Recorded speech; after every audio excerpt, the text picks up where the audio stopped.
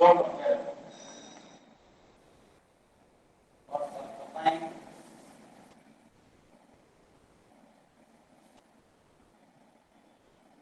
बाजू को लगाएंगे,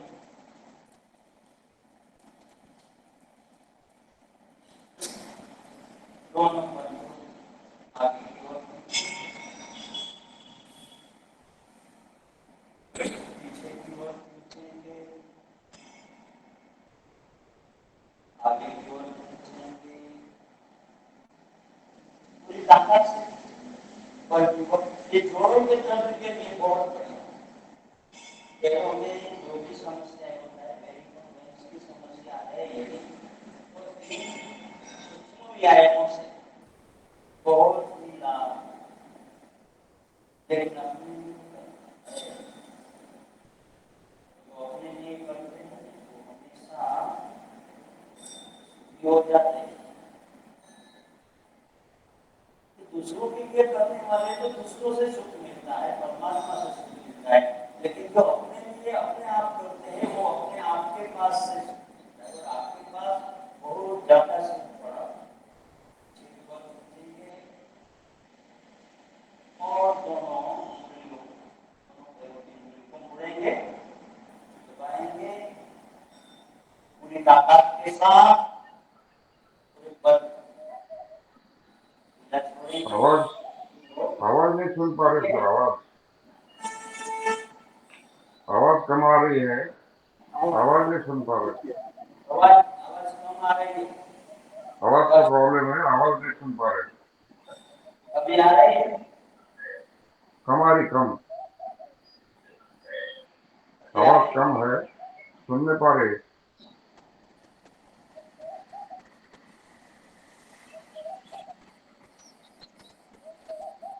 आदरणीय भ्राता जी, थोड़ा सा वॉल्यूम चेक कर ले अपने मोबाइल का, शायद वॉल्यूम कम हो सकता है इसलिए कम आवाज आ रही है। वॉल्यूम बढ़ा ले अपने मोबाइल का।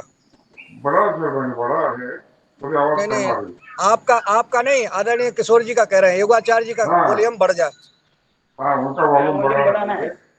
जी हाँ, थोड़ा थोड़ा सा वॉल्यूम बढ़ा। अब आप योगाचार्य जी, आप अपना थोड़ा वॉल्यूम बढ़ा लें, मोबाइल का चेक कर लें, थोड़ा सा आवाज कम आ रही।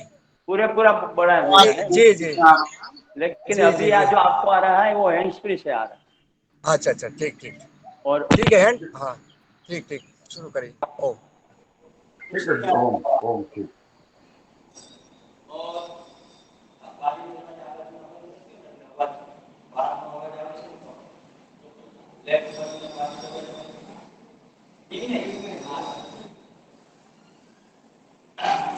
तो अब आ रही है आवाज ठीक? आ रही है। आ रही है आवाज? हाँ, आवाज आ रही है, थोड़ी फट रही, बीच बीच में फट रही, वाइब्रेट हो रही है। ठीक है, तो ठीक है। दोनों पैरों पे उंगलियों को दबाएंगे, प्रेशर करेंगे ताकत के साथ, बलपूर्वक और ढीला छोड़, और पीछे की ओर मुड़ेंगे और अब दोनों कलियों को गोल गोल घुमाएंगे। दोनों पैरों की जो छोटी वाली उंगली है वो जमीन को टच करवाएंगे, बाईं ओर पैर लगाएंगे, एक दाईं ओर ऐसी छोटी वाली उंगली जमीन को टच करा के गोल गोल घुमाएंगे, आराम आराम से घुमाएंगे अपने लिए कर। इस दुनिया में यदि हम आए हैं तो अपने लिए आए, और अपने लिए आने के बाद हमें सबके लिए काम करना है, पूरी दुनिया के लिए। ये विश्व हमारा नारा है कि हम योग कराएंगे, सब लोग भगाएंगे, गोल गोल घुमाएंगे इस सारे विश्व को सुख शांति से भर देंगे। गोल गोल घुमाते रहिए, अपने ही पैरों को घुमाना है,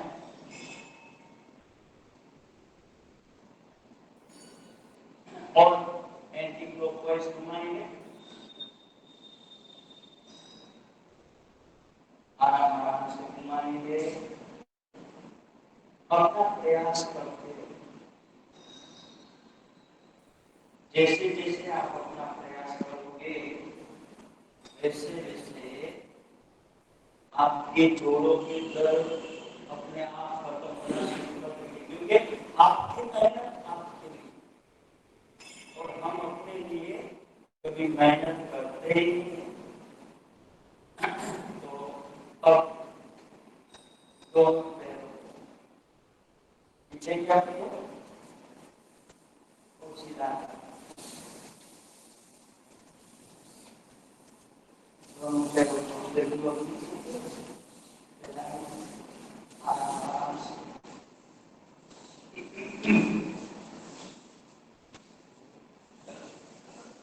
तो ये मुझे जोड़ों के दर्द के लिए, और इसमें थोड़ा सा और भी है जोड़ों के दर्द के लिए। बाएं पैर भीतर की ओर रखेंगे, दाएं पैर बाहर रखेंगे, और पंजों दाएं हाथ से उठाएंगे दाएं पैर को, और दाहिना हाथ है घुटन पर दबा के रखें। जितना हो सके अतिक्रमण नहीं करना, इससे तोड़ना नहीं है, आराम आराम से करो।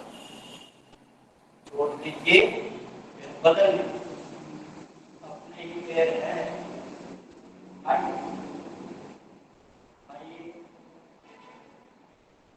और इसे ये और पैर को बदल। ये बहुत ही बढ़िया है जोड़ों के दर्द, अजमाई हुई क्रिया है। बदलेंगे दो बार तीन बार कर करके 5 बार विश्राम। तो अब हम करेंगे बैठे बैठे आसन, वक्रासन। यहाँ पे रख के कर सकते हैं, और साइड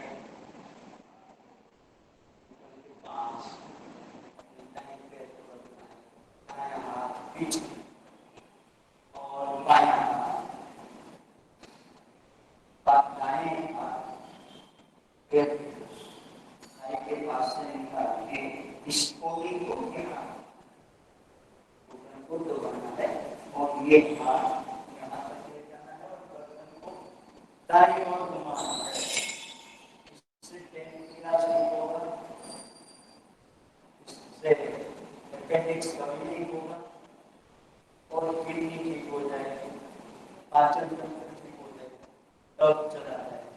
और गर्भाशय की कई प्रकार के रोगों में इससे लाभ महिलाओं को यह आसन अवश्य करना चाहिए जिनको पेट की समस्या है, जिसका पेट बाहर निकल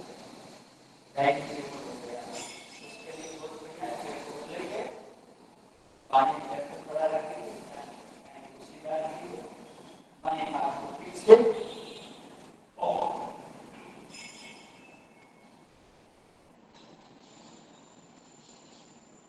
बदलेंगे।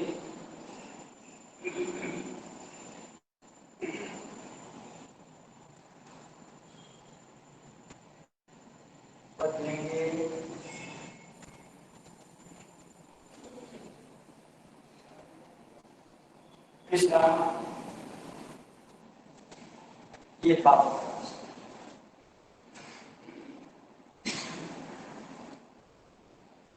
अब थोड़ा सा बटरफ्लाई कर लेंगे।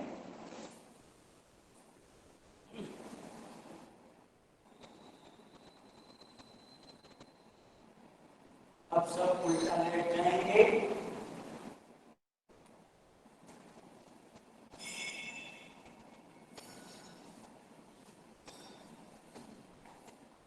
तो हमारे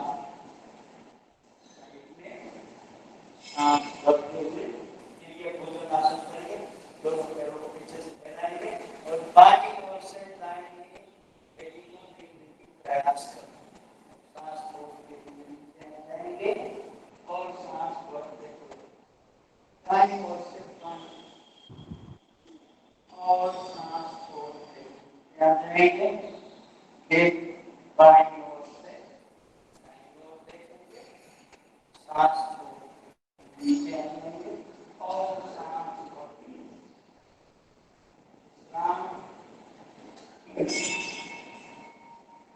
अब सर्वासन दो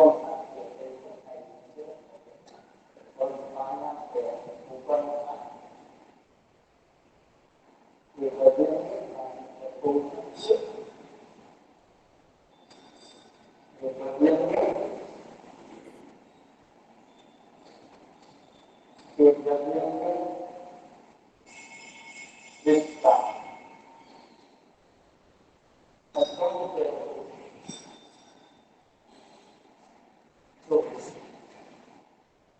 खाएंगे, छोड़ देंगे और पकड़ेंगे और सांस छोड़ देंगे, सांस छोड़ के रिलैक्स करेंगे, फिर सांस विश्राम। अब पेट के बल पर लेट जाएंगे, पाँव मुद्रा मुद्रा का करने बहुत बढ़िया है। जैसे तो सभी आपको मुद्रा के लिए काम करते हैं, लेकिन पाँच मुद्रा बहुत बढ़िया है। पूरा जीवन बनाना, दो, तीन, चार,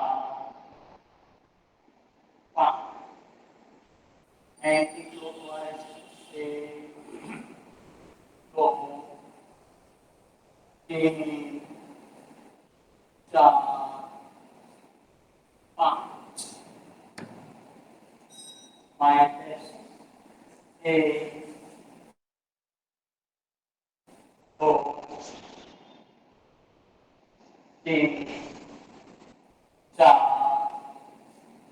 पाँच, एंटी क्लॉकवाइज एक, दो, तीन, चार, पाँच। दोनों पैरों से कमर के दर्द नहीं करेंगे, दोनों पैर ताकि लगा देंगे और जीरो बनाने की कोशिश करेंगे। एक, दो, तीन, बदलेंगे और उल्टा घुमाएंगे। एक, दो, तीन,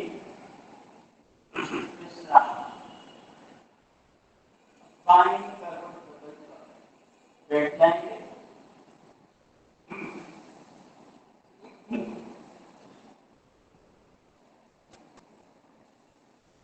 लोग प्राणायाम करेंगे, जामलिंग करेंगे, गीत करेंगे और ज्ञान चार्ज किया है।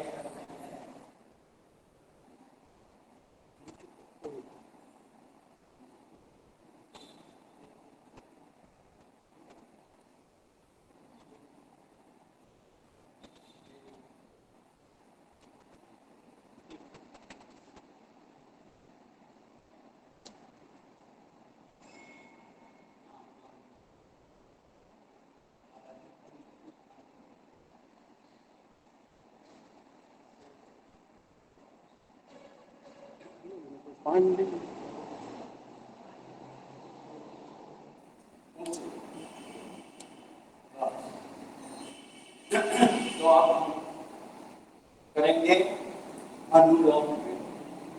देखो हम जो अनुलोम विलोम करवाते हैं उसमें थोड़ा सा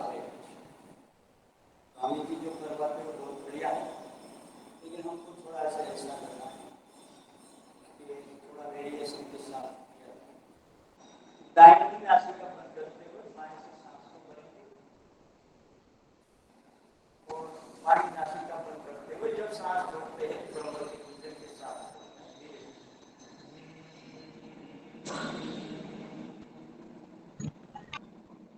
फिर दाहिनी नासिका से सांस को भरें, बाएं से ब्रह्मवर्ती कुंडल के साथ छोड़ेंगे।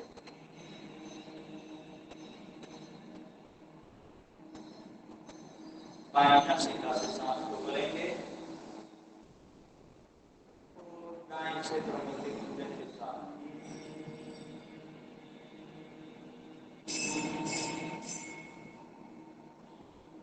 दाएं से सांस को भरेंगे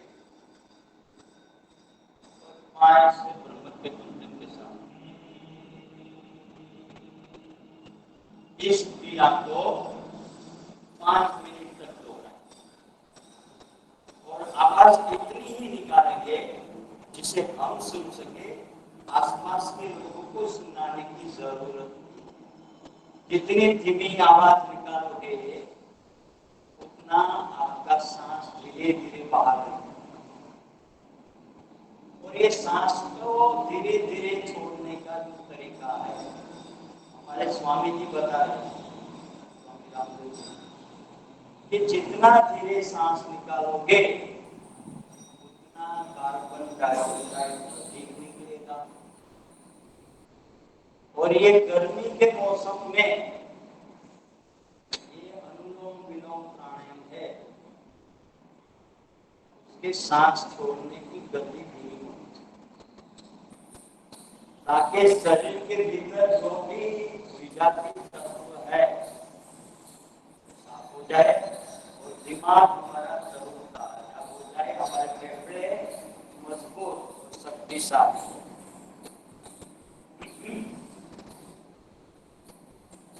क्योंकि भस्त्रिका प्राणायाम जो होता है वो गर्मी बढ़ाता है और ये अनुलोम विलोम प्राणायाम है वो गर्मी को बैलेंस। भस्त्रिका फास्ट भी होता है, धीमे भी होता है, लेकिन हमारी जरूरत क्या है उसके हिसाब से हमें अपने प्राणायाम को अपने लिए सेट करना है।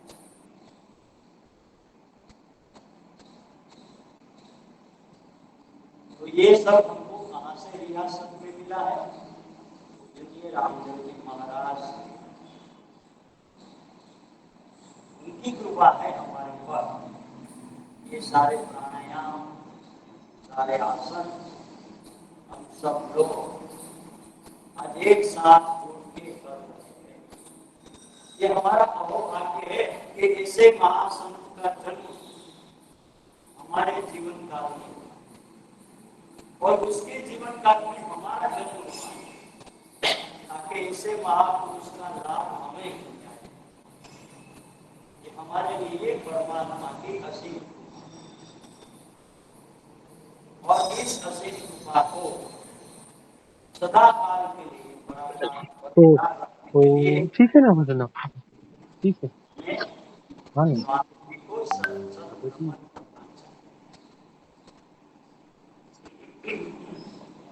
तो खाने में 3-4 लाख खाने में लग जाता है उसमें वो कैटर समेत कैटर समेत। हाँ जी बताइए।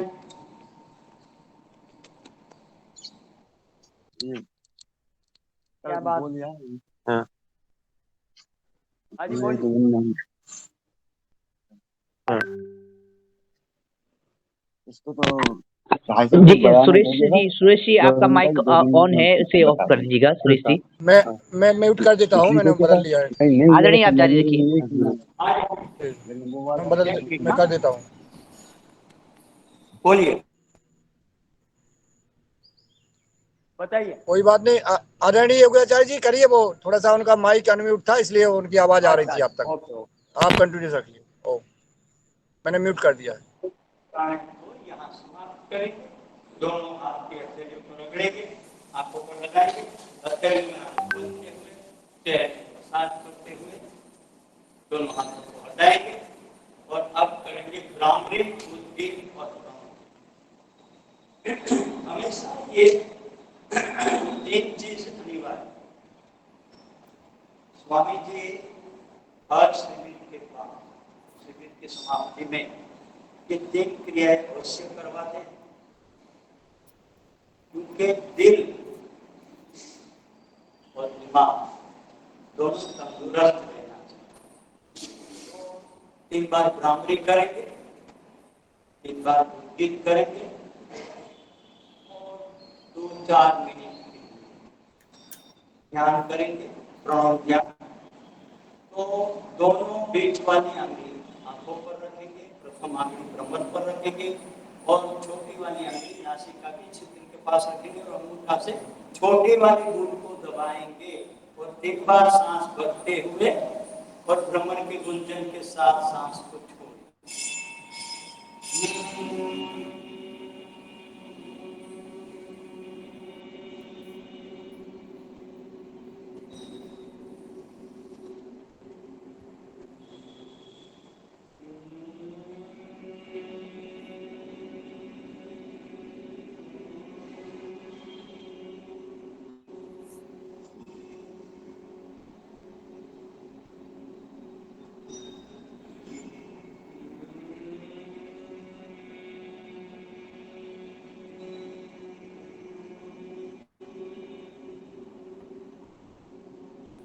आंखें कोई नहीं खोलेंगे, दोनों हाथ को घुटनों पर रख देंगे और उद्गीत प्राणायाम करेंगे।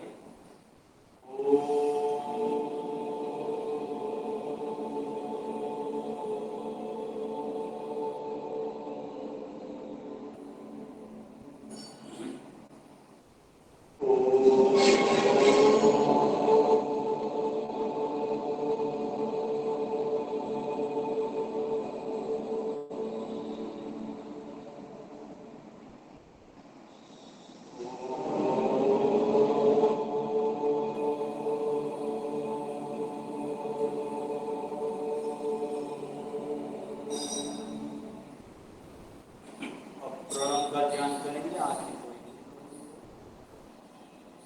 परमात्मा की असीम कृपा हमारे पर बरसे, कॉस्मिक एनर्जी एंड डिवाइन सदा काल के लिए हर इंसान को कई लोगों से ये कृपाएं बरसे, लेकिन सभी के पात्र इससे नहीं होते कि जिसमें ये कृपाएं भरे। ये कृपा सभी के पात्र में आती है, क्योंकि हमारे पात्र कमजोर होते हैं और जो कमजोर पात्र वाले हैं उसके ऊपर ये कृपा नहीं बरसती। और बलवान पात्र कैसे बनता है? प्राणायाम करने से हमारा पात्र बलवान और हम इन सारे ईश्वरी कृपाओं के प्राप्त करने के हकदार। और इस युग में हमारे लिए स्वामी रामदेव जी महाराज और महाराज जी के इस पावन सानिध्य में हमें उनका योग और उनका आयुर्वेद का हमें जो लाभ प्राप्त हो रहा है, उन सदा काल के लिए बहुत लंबी आयु दीजिए और हमारा सदा काल के लिए मार्गदर्शन करें, क्योंकि यही हमारी तमन्ना है। क्योंकि हम जो पैदा हुए हैं, न तो हम जमीन के लिए पैदा हुए हैं, न आसमान के लिए, हम सिर्फ आत्मा के। शरीर हमें जमीन से मिला, ये शरीर हमें आकाश से मिला, ये शरीर हमें वायु से मिला है, क्योंकि पंच महाभूत है। ये शरीर हमें पानी से मिला, ये शरीर हमें अग्नि तत्व से मिला हुआ है तो ये पंच महाभूत का शरीर इस पंच महाभूत का अग्नि है और इस पंच महाभूत को हमें कभी दूषित नहीं होने देना। न तो आकाश तत्व को दूषित होने देना है प्रदूषण से, न हमें वायु को दूषित करना है प्रदूषण से, न हमें अग्नि को प्रदूषित करना है केमिकल से, और न हमें पृथ्वी को प्रदूषित करना है ये पेस्टिसाइड और रासायनिक खाद, और न तो हमें जल को प्रदूषित करना है कि गंदे कचरे नदियों में बहाकर हमारे जल तत्व को हमें दूषित कर दिया। तो इन सारी समस्याओं से निपटने के लिए हमारे पूजनीय स्वामी जी और हमारे आचार्य जी प्रयास कर रहे हैं। उन सब के साथ हम जुड़ के अपने जीवन को श्रेष्ठ यज्ञ में आहुति देने का प्रयास करें और अपने जीवन को धन्य बनाएं। दोनों हाथ की हड्डी को लगाएंगे, हथेलियों में आंखें खोल के चेहरे को मसाज करते हुए हाथों को उठाएंगे और अब करेंगे शांति पाठ। और शांति पाठ से पहले एक संकल्प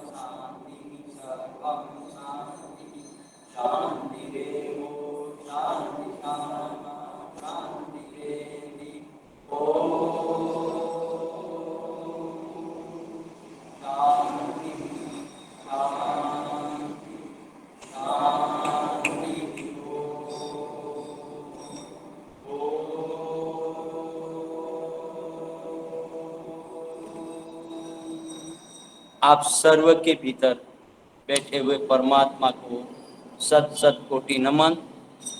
आपका कल्याण हो, आपका शुभ हो और आपका दिन शुभ हो। और आप सबको मेरा प्रणाम है और मेरा नमस्कार है। आप सब ने इस कार्यक्रम में हिस्सा लेके और मुझे इस कार्यक्रम में योग करवाने का जो मौका दिया है, उन सब के लिए आप सभी अधिकारी गण का मैं आभारी हूँ और मेरा सबको प्रणाम है। ओम ओम ओम। सबको प्रणाम करते हुए हम विदा लेंगे। ओम। धन्यवाद आदरणीय योगाचार्य किशोर जी जी जी भाई जी। जी जी आपने राजकोट गुजरात से आपने आज हमारे इस योगाहार कार्यक्रम के वार्षिक उत्सव, आज हमारा 365वां योग दिवस है, इसमें जी आपने जी आज हमें इस योगाहार सदन में मार्गदर्शन दिया। आपके जी पुरुषार्थ जी को प्रणाम। सब जो जी जी उपस्थित हमारे इस योगाहार कार्यक्रम में उपस्थित सभी भाई बहनों को सादर प्रणाम करता हूं। और बड़े जी जी हर्षोल्लास का विषय है कि आज जी हम, आप अपना म्यूट कर लें, थोड़ा सा आवाज आ रही है सबको? जी जी आ रही आज मुझे। जी जी, हाँ आज एक बड़े उल्लास की बात है कि परम पूज्य स्वामी जी, परम सिद्ध आचार्य जी की इस योगाहार कार्यक्रम में सूक्ष्म उपस्थिति को अभी हम प्रणाम करते हैं। और इस कार्यक्रम को 1 वर्ष पूर्ण हो गया है। योग क्लास इस कार्यक्रम में सुबह 6 बजे से लेकर 7 बजे तक रोज चलती रही। और आज 7 बजे से 8 बजे हम जैविक खेती की चर्चा करते हैं, हम आहार की चर्चा करते हैं, हम हम सामाजिक परिस्थितियों पर देश की चर्चा करते हैं, हम सारे विषयों पर हम इस 1 घंटे में चर्चा करते हैं, ताकि हमारे राष्ट्र को आज जरूरत क्या है, आज सामाजिक परिवर्तन क्या है, आज हमें अपने समाज को समृद्ध कैसे बनाना है, किसान को आत्मनिर्भर कैसे बनाना है। एक किसान का सम्मान जब वैज्ञानिक से होता है, किसान अपने खेत की चर्चा, अपने समस्या वैज्ञानिक को बताते हैं। हमारे पतंजलि ऑर्गेनिक रिसर्च इंस्टीट्यूट के वैज्ञानिक, जैसा आप देख रहे हैं हमारे पीछे जो है कृषि अनुसंधान परिसर पतंजलि योगपीठ हरिद्वार से मैं आज आप सबके समक्ष हूँ। यहाँ के जो सभी जो हमारे वरिष्ठ वैज्ञानिक हैं, सभी किसान की समस्या, खेत की समस्या को सुनते हैं और उसका समाधान करते हैं। ये बड़े ही ये अनूठा देश में ये बहुत ही अनूठा कार्यक्रम जो चल रहा है। आज एक बार सो गए हैं इस कार्यक्रम में जो सहभागी हुए हैं, और उनके लिए और जिन्होंने प्रत्यक्ष और अप्रत्यक्ष रूप से बहुत सहयोग किया है, वो आज सदन में उपस्थित है। निश्चित है वो कृतार्थ हो रहे होंगे। और मैं आज इस कार्यक्रम को आगे ले चलता हूँ। मैं इस कार्यक्रम के बारे में और बता देना चाहता हूँ कि ये कार्यक्रम इसलिए अनूठा रहा है कि परम पूज्य स्वामी जी के निर्देशन में, परम सिद्ध आचार्य जी के निर्देशन में योग क्लासें पूरे देश में चल रही हैं। लेकिन योग क्लास के साथ साथ आहार की चर्चा हमारे इस योगा कार्यक्रम में पहली बार हुई है, और ये प्रेरणा परम पूज्य स्वामी जी से ही, परम सिद्ध आचार्य जी से ही मिली है। और मैं कहता हूँ ये आचार्य जी से मिली है। जब आचार्य जी की तबीयत खराब हो गई थी एक बार, आप लोगों को पूरे विश्व को पता है, लोगों ने योग पर उंगली उठाना शुरू कर दिया कि अरे आचार्य जी की तबीयत खराब हो, आचार्य जी को क्या हो गया, जब योग का कोई महत्व नहीं है। उस समय ऐसी प्रेरणा मिली परम सिद्ध आचार्य जी के द्वारा कि योग का प्रभाव तो है, परंतु जहर का भी प्रभाव होता है। अगर हमने कुछ, अगर कोई केमिकल या कोई कुछ अगर चीज हमारे अंदर, शरीर के अंदर आ गई, तो वो प्रभाव देगी। तो उससे बचने के लिए ये शरीर आहार से बनता है, शरीर बना है आहार से, और शरीर का भोजन आहार है, इसकी खुराक। आहार अगर हम सात्विक के लेंगे तो हम योग कर पाएंगे, हम सारे अपनी किसानी कर पाएंगे, अपना काम कर पाएंगे, इस देश की सेवा कर पाएंगे, अपना परिवार का पालन पोषण कर पाएंगे, और समाज की सेवा तभी कर पाएंगे जब हमारा आहार शुद्ध होगा। हम 24 घंटे योग करते रहें और अगर आहार में हमने जहर ले लिया, आहार में हमने केमिकल ले लिया, तो हमारा योग का प्रभाव निरर्थक चला जाएगा और वो जहर प्रभाव करेगा। इसलिए इस सदन में ये प्रयास किया गया है कि हमको आहार बदलना है। हमको अपनी पहले आहार कैसे बदलेगा? हमारे किसान भाई जो अन्नदाता हैं, भगवान के बाद दूसरा रूप है, वह किसान जो है जैविक खेती अपनाएं, जैविक अनाज उगाएं और जैविक सब्जियां उगाएं, और फिर हमारे नागरिकों को, हमारे देशवासी जिसको सेवन करेंगे, खाएंगे, तो हम स्वस्थ हो जाएंगे, स्वस्थ रहेंगे। ऐसा समाज स्वस्थ बनेगा। ऐसा प्रयास इस योगाहार कार्यक्रम के द्वारा किया गया है। और इस कार्यक्रम के में परम पूज्य स्वामी जी, परम सिद्ध आचार्य जी को इस कार्यक्रम के बारे में जब सूचना मिली, उन्होंने बहुत ही प्रसन्नता जाहिर की है। और परम पूज्य स्वामी जी जो है आस्था टीवी चैनल पर, इंडिया न्यूज टीवी चैनल पर जब लाइव आते हैं, तब आहार की चर्चा करते हैं, खेत की चर्चा करते हैं। खेत में भी वो जो है उससे इंडिया न्यूज टीवी चैनल का संचालन करते हैं। कल भी किसानों की चर्चा कर रहे थे, खेती की चर्चा कर रहे थे। परम सिद्ध आचार्य जी ने यहाँ इस परिसर में आकर हमारे भारत के सभी राज्य प्रभारियों के साथ बैठक की और बैठक करके आशीर्वाद दिया और कहा कि आप लोगों से ही ये देश चल रहा है। जो भी भारत सरकार की योजनाएं, जन कल्याणकारी योजनाएं जो चल रही है किसानों के हित में, उसका लाभ किसानों तक पहुंचाने के लिए, उसकी जानकारी किसानों तक पहुंचाने के लिए आप लोग ऐसा प्रोत्साहित करें, तो ये देश समृद्ध हो जाएगा। और हमारे किसानों के कल्याण के लिए भी जो योजनाएं हैं, उनका भी हमें सबको जानकारी होना चाहिए और वो किसान तक पहुंचना चाहिए, खेत तक पहुंचना चाहिए। ऐसा आशीर्वाद परम सिद्ध आचार्य जी के द्वारा दिया गया। आप लोगों को ये भी बताना चाहता हूँ कि परम सिद्ध आचार्य जी ने 3,60,000 औषधीय पौधों को नामांकित किया है, और वो संस्कृत में किया है।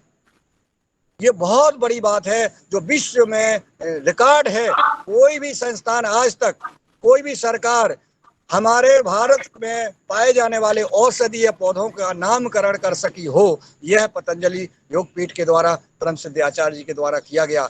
यह सब हमारे इस योगाहार कार्यक्रम में समाहित है कि हमारा औषधीय हमें क्या लेना चाहिए, हमारा एक्यूप्रेशर क्या हो। ऐसा आगे हमारे जो योग शिक्षक रहे हैं, उनके द्वारा ऐसा बताया गया है। सारे विषयों पर चर्चा हुई है।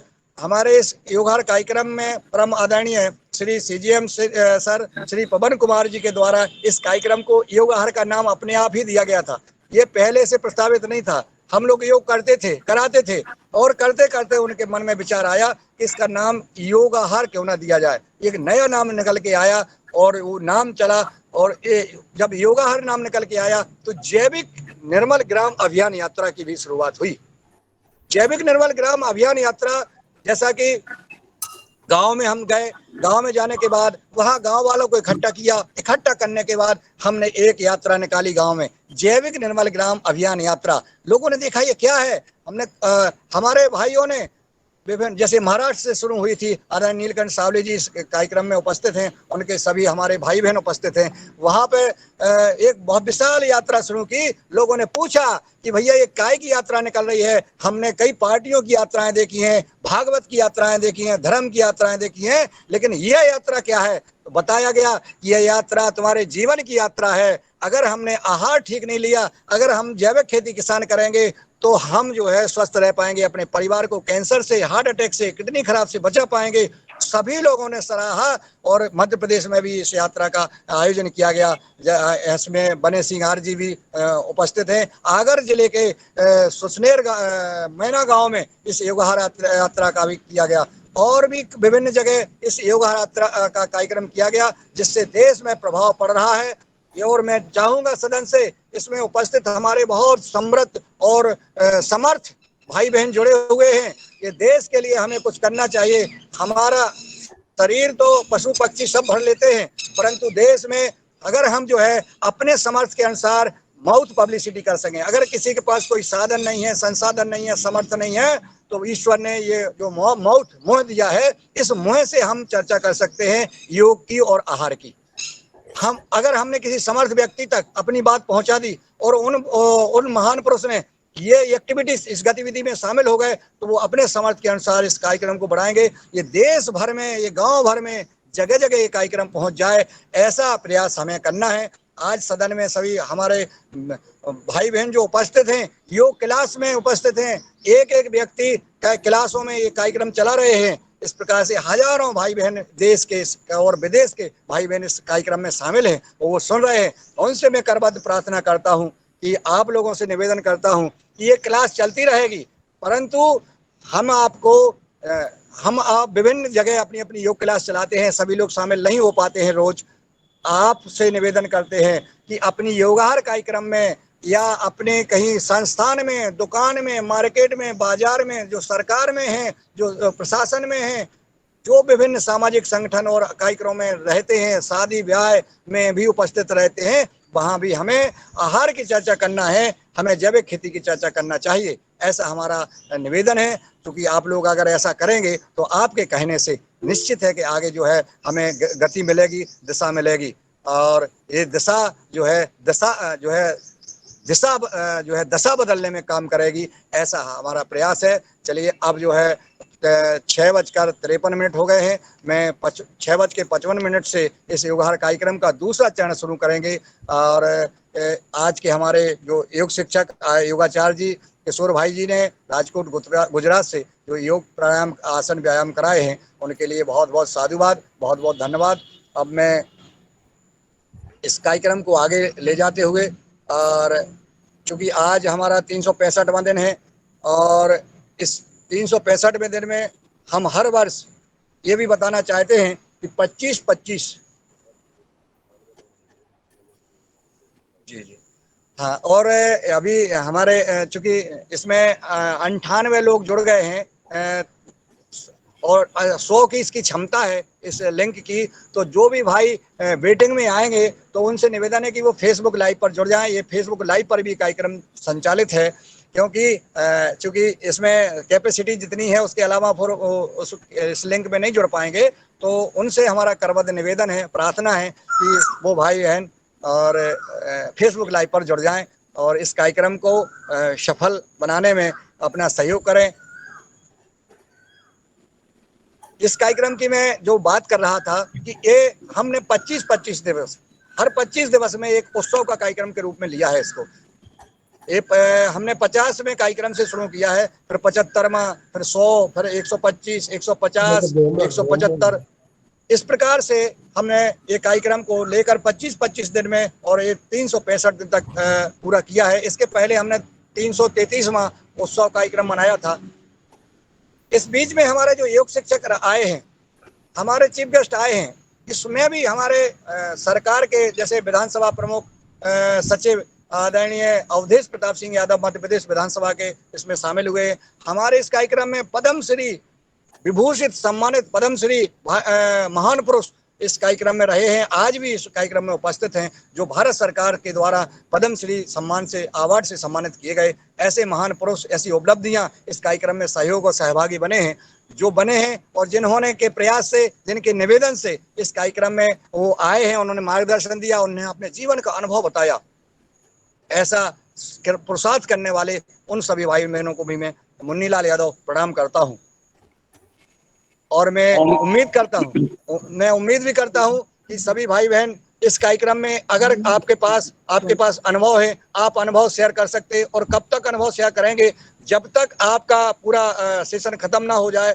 ऐसा हमने अभी प्रयास किया है कि हम सब लोग इस प्रकार का प्रयास करें कि हमारा जो विषय है, और जब तक हम वो विषय पूरा नहीं कर लेंगे तब तक हम उनको कंटिन्यूअस रखेंगे। ऐसा आगे योजना है कि कल से अगर जैसे हमारे आदरणीय किशोर भाई जी योग करा रहे हैं, इनके पास और विद्या है, एक्यूप्रेशर की है या अन्य किसी की जो इनके पास अनुभव है, वो अनुभव एक दिन में, 1 घंटे में अगर पूरा नहीं होता है तो अगले दिन उसको हम आगे और बढ़ाएंगे। ऐसा करके विभिन्न, ताकि हमें भी पूर्ण स्वस्थ होना है, हमें प्राणायाम के बारे में जानना है, हमें आसन के बारे में जानना है, उसके लाभ जानना है, करने की विधि जानना है, उसकी सावधानियां समझना है।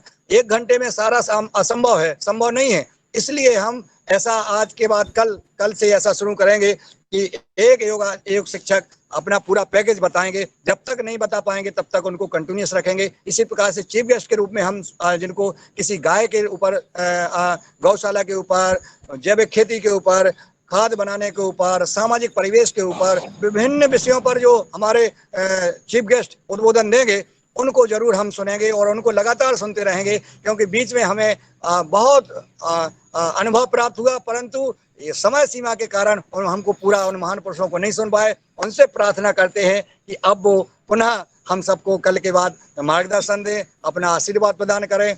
और अब मैं आगे चलता हूं, अब इस कार्यक्रम की ओर बढ़ता हूं। ये कार्यक्रम जी, आपको बहुत बहुत धन्यवाद।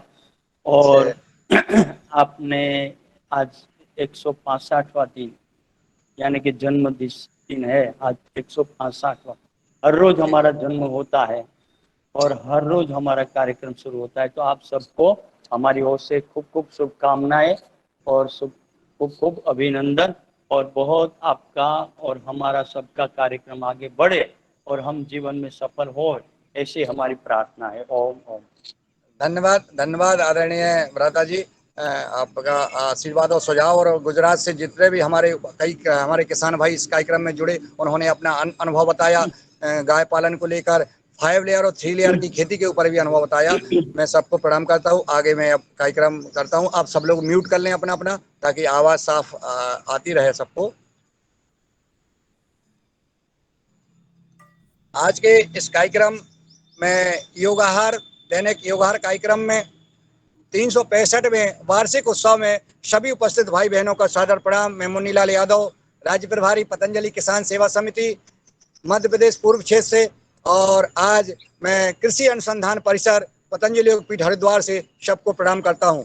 आइए हम सब आज इस उत्सव के रूप में, इस 365वें वार्षिक उत्सव के रूप में इस योगाहार कार्यक्रम को मनाते हैं। इस दैनिक योगाहार कार्यक्रम में आज हम मिट्टी को समर्पित, हमारी माँ धरती माता अगर स्वस्थ होगी तो हम सब कुछ कर पाएंगे, आज इसको विशेष रूप से लिया गया है इस कार्यक्रम में। तो मैं ज़्यादा समय ना लेते हुए, मैं जो भारत सरकार में हमारे सचिव रहे हैं डॉक्टर अशोक मेहता जी, मैं ससम्मान डॉक्टर अशोक मेहता जी को आमंत्रित करता हूं कि वो आएँ और योगाहार यात्रा के 365वें वार्षिक उत्सव कार्यक्रम में अपना स्वागत भाषण प्रस्तुत करने का कष्ट करें। डॉक्टर अशोक मेहता जी सादर सम्मान सहित आमंत्रित हैं। धन्यवाद मुन्नीलाल यादव जी। जैसे कि मेरे साथी मुन्नीलाल जी ने आप सबको बताया, ये जो कार्यक्रम चल रहा है, या आज 365वां दिन, यानी एक वार्षिक उत्सव के तौर पे हम इसको मना रहे हैं। और ये हमने पिछले साल 2 अप्रैल से शुरू किया, और जैसा कि मुन्नीलाल जी ने भी इस बात का जिक्र किया कि हर 25 दिन के बाद हमने इसको एक उत्सव के रूप में मनाया है, और आज तक हम लगभग 13 दफा ये कार्यक्रम उत्सव के रूप में मना चुके हैं। यानी हर 25 दिन के बाद, पहला जो था हमने 50 के बाद किया, बाकी हर 25 दिन के बाद हम इसको बढ़ाते रहे हैं, और लगभग 13 दफा हम ये प्रोग्राम को एक तरह से उत्सव के रूप में मना चुके हैं। और आज ये बड़ा हर्षोल्लास का दिन है कि हमारा 365वां दिन यानी वार्षिक दिन है। और इसको, जैसा कि मुनीलाल जी ने भी कहा, बाकी मेरे साथी भी इस मामले में बातचीत करेंगे, कि हर एक दिन एक नया, एक इसमें योग अधिकारी, एक योग शिक्षक रहा है। और दूसरी तरफ, जैसे कि बात कर रहे थे मुनीलाल जी, कि हमने इस प्रोग्राम को हमेशा 2 भागों में बांट के रखा है। पहले भाग में योग की बात की गई है, और योग, जैसा कि शुरू से आचार्य जी भी कहते रहे हैं, स्वामी रामदेव जी भी कहते हैं कि हमारा मुख्य उद्देश्य योग का क्या है, कि हमें अपने आप को, अपने समाज को आरोग्य बनाना है। यानी उत्सव तो एक अपनी जगह है, लेकिन हमारा मुख्य मंतव्य ये है कि हम अपने आप को बिल्कुल योग के द्वारा अपने आप को बीमारियों से रहित रखें। और उसमें उतना ही योगदान हमारा आहार का है, इसलिए हमने योगाहार, और हमारा जो आहार है अगर वो भी बिल्कुल सही है, जैविक है, हर लिहाज से तंदुरुस्त, तो हम अपने आप योग प्लस आहार के आधार पे अपने आप को बिल्कुल तंदुरुस्त रखेंगे। और इसमें देखिए, आप लोग तकरीबन, मुझे लग रहा है कि सब हमारे 99% नहीं 100% जितने भी आज हमारे साथ साथी जुड़े, 100 तो इसमें सीधे जुड़े हुए हैं, ये सब के सब एक रूप में किसान हैं। और किसान इस चीज को समझता है कि आज जो हमारी समस्याएं आ रही हैं, 99% मैं नहीं कहूँ तो कम से कम 70% लोग किसी ना किसी बीमारी से रोगग्रस्त हैं। और अगर वो योग और आहार का इस्तेमाल करते रहें तो ये एक तरह से इससे बचाव रहेगा। और जैविक खेती प्लस जैविक आहार, दोनों चीजें, जैविक खेती करनी इसलिए आवश्यक है कि आज की तारीख में, आज की डेट में जितनी भी बीमारियां आ रही हैं, ये कुछ हद तक हमारी वो जो दवाइयां छिड़क रही हैं, वो कहने को दवाइयां हैं लेकिन वो जहर हैं, क्योंकि वो किसी न किसी कीड़े को मार रही हैं, किसी बीमारी को रोक रही हैं, और एक जहर है, और वो जहर अल्टीमेटली हमारे शरीर में भी जा रही है। उससे बचने के लिए हमें जैविक खेती करनी बहुत जरूरी है। जैविक खेती, और आजकल लोग कहने लगे हैं प्राकृतिक खेती, उसमें कोई ज्यादा अंतर नहीं है। जो आपके पास साधन है उसी को आप इस्तेमाल करेंगे और उसके आधार पे आप खेती करेंगे, और वो खेती के से जो उपज आएगी वो हमारी हर लिहाज से तंदुरुस्त होगी। योग आहार दोनों चीजें जुड़ जाएंगे। और इस प्रयत्न को मेरे साथी डॉक्टर श्री पवन देव, जो पवन जी हैं हमारे CGM है, उन्होंने इस चीज को आगे बढ़ाने का प्रयास किया है, और हमारी पूरी टीम इसमें जुड़ी है। और मैं एक बात यहाँ बड़े धैर्य के साथ कहना चाहूंगी, मुन्नीलाल यादव की टीम, जिसमें अमर यादव, इनके बाकी साथी, मध्य प्रदेश की टीम की ये शुरुआत थी, और इसको बिना ब्रेक लगे आज तक ये चला रहे हैं। और इसमें हमारे सभी साथियों का सहयोग रहा है, और ये बहुत अच्छा कार्यक्रम चल रहा है। और हमारा ये प्रयास रहेगा कि इसको हम लगातार बिना किसी ब्रेक के लगे, बिना किसी रुकावट के करते रहें, क्योंकि इसके हमें रिजल्ट्स बहुत अच्छे मिल रहे हैं। जो रोज हम 7 बजे तक तो योग कर रहे हैं, उसके बाद 1 घंटा हम चर्चा करते हैं कि जो समस्याएं कृषि में आ रही हैं वो मेरे साथी मिलजुल के आपको उसके समाधान देने का प्रयास करते हैं। तो इससे ज्यादा मुझे बहुत खुशी है, और मैं सबका धन्यवादी हूँ, और मैं आप सबको नमन करता हूँ कि आप इस प्रयास में हमारे साथ जुड़े और आगे बढ़े। और मेरी ये प्रार्थना रहेगी, मेरी ये इच्छा भी रहेगी कि आप लोग इस योगाहार के तरीके से आगे बढ़ते रहे और अपने आप को बिल्कुल बीमारियों से मुक्त रखने का प्रयास करें। और ये एक बहुत अच्छा प्रयास है, और इसमें कुछ लागत नहीं है, दोनों चीजें आप समझिए तो बिल्कुल मुफ्त हैं। तो मैं बहुत बहुत धन्यवादी हूँ मुन्नीलाल यादव जी का कि आपने मुझे इस प्रोग्राम को शुरुआत करने के लिए आमंत्रित किया। बहुत बहुत धन्यवाद मुन्नीलाल जी यादव का। धन्यवाद, बहुत बहुत धन्यवाद आदरणीय डॉक्टर अशोक मेहता जी।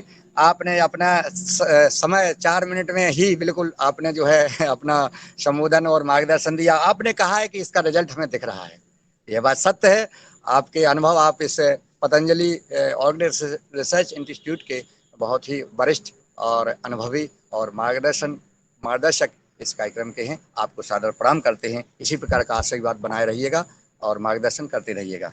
अब मैं एक ऊर्जावान बहन, जिसने इस योगाहार कार्यक्रम में महिला बहन होते हुए भी इतना पुरुषार्थ किया है कि हमेशा, आज मैं 7 दिन से गुरुधाम हरिद्वार में हूँ, परंतु वो कहीं ना कहीं अपने योग शिक्षकों से संवाद करती हैं, चीफ गेस्टों से संवाद करती हैं और इस योगाहार कार्यक्रम की चिंता करती हैं। मैं अपने आत्मा से प्रसन्नता के साथ आदरणीय रंजना बहन जी का धन्यवाद और आभार ज्ञापित करते हुए उनको आमंत्रित करता हूं सम्मान के साथ वो आएं। और 365वें दिवस में आपने 334 से 365 दिन तक जिन योग शिक्षक और चीफ गेस्ट हमारे इसमें सहभागी हुए हैं, उनके नाम का उच्चारण करते हुए उनका आभार और धन्यवाद ज्ञापित करने का कष्ट करें। आदरणीय रंजना कीकर जी, महाराष्ट्र से। जी धन्यवाद। सभी महानुभावों को मेरा शतशः नमन वंदन। और कार्यक्रम शुरू करने से पहले हम थोड़ा सा दीप प्रज्वलन करेंगे। ओम भूर्भुवस्वः तत्सवितुर्वरेण्यं भर्गो देवस्य धीमहि धियो यो नः प्रचोदयात्। तो अभी दीप प्रज्वलन हो गया है। परम पूज्य परम श्रद्धेय स्वामी जी के चरणों में कोटि कोटि प्रणाम वंदन। और आचार्य बालकृष्ण शिरोमणि आचार्य जी, इनके चरणों में भी मेरा कोटि कोटि प्रणाम वंदन। पूर्ण संपूर्ण गुरु सत्ता को भी मेरा प्रणाम वंदन। आज दिनांक 2 मई 2022 दैनिक योगाहार कार्यक्रम का दैनिक उत्सव मनाया जा रहा है। तो सभी महानुभावों का स्वागत है और अभिनंदन है। इसी के साथ आज दैनिक योगाहार में आज तक हमारे योग शिक्षक और मुख्य अतिथि ने अपना बहुमूल्य समय दिया। उनका मैं परिचय के साथ परिचय देती हूँ। तो दिनांक 1/4/2022 से 334वां दैनिक योगाहार कार्यक्रम था।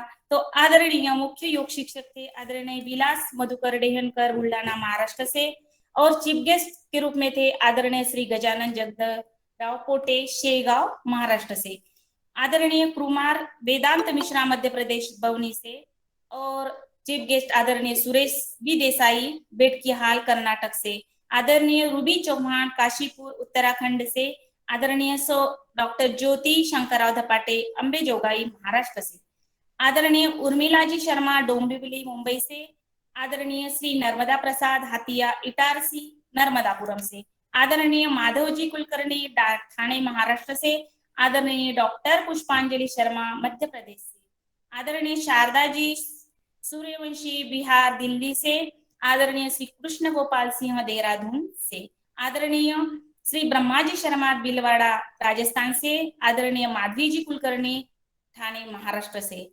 आदरणीय वीणा दुर्वास नीमकर ठाणे महाराष्ट्र से, आदरणीय श्री राकेश जी चौधरी नागौर राजस्थान से, आदरणीय मृदुल कृणाल कुमार गुप्ता शाहजहांपुर से, आदरणीय डॉक्टर सीमा योगेंद्र नारिंगे नागपुर महाराष्ट्र से, आदरणीय एकता जी अग्रवाल दिल्ली से, आदरणीय प्रगति गोखले जी नागपुर महाराष्ट्र से, आदरणीय चंद्र सिंह राठौर सिंह मध्य प्रदेश से, आदरणीय रेखा यादव जी नर्मदापुरम मध्य प्रदेश से, आदरणीय स्वाति जी गुले बारामती पुणे महाराष्ट्र से, आदरणीय सत्येंद्र कुमार शाहजहांपुर मध्य प्रदेश से, आदरणीय रंजना जी सिंह सतना मध्य प्रदेश से, आदरणीय संगीता जी डोले वाशिम महाराष्ट्र से, आदरणीय पुष्पा जी मुरगढ़ बेंगलोर कर्नाटक से, आदरणीय श्री मनोज जी सिया हरियाणा से, आदरणीय रविंद्र हरि पाटिल डोंबिवली मुंबई से, आदरणीय प्रोफेसर आर के पाठक लखनऊ से, आदरणीय स्मिता जी वर्मा कानपुर उत्तर प्रदेश से, आदरणीय श्री बाबला जी जाट हिसार हरियाणा से, आदरणीय मनमोहन यादव जी सीतापुर नोएडा से, आदरणीय श्री गणेश कुमार गौर नर्मदापुरम से, आदरणीय शीलाताई मुनेश्वर पूसद महाराष्ट्र से, आदरणीय डॉक्टर हीरालाल जी उत्तर प्रदेश से, आदरणीय जयश्री जी झा पनवेल महाराष्ट्र से, आदरणीय प्रेम सिंह जी बड़ोदरापुर महाराष्ट्र से।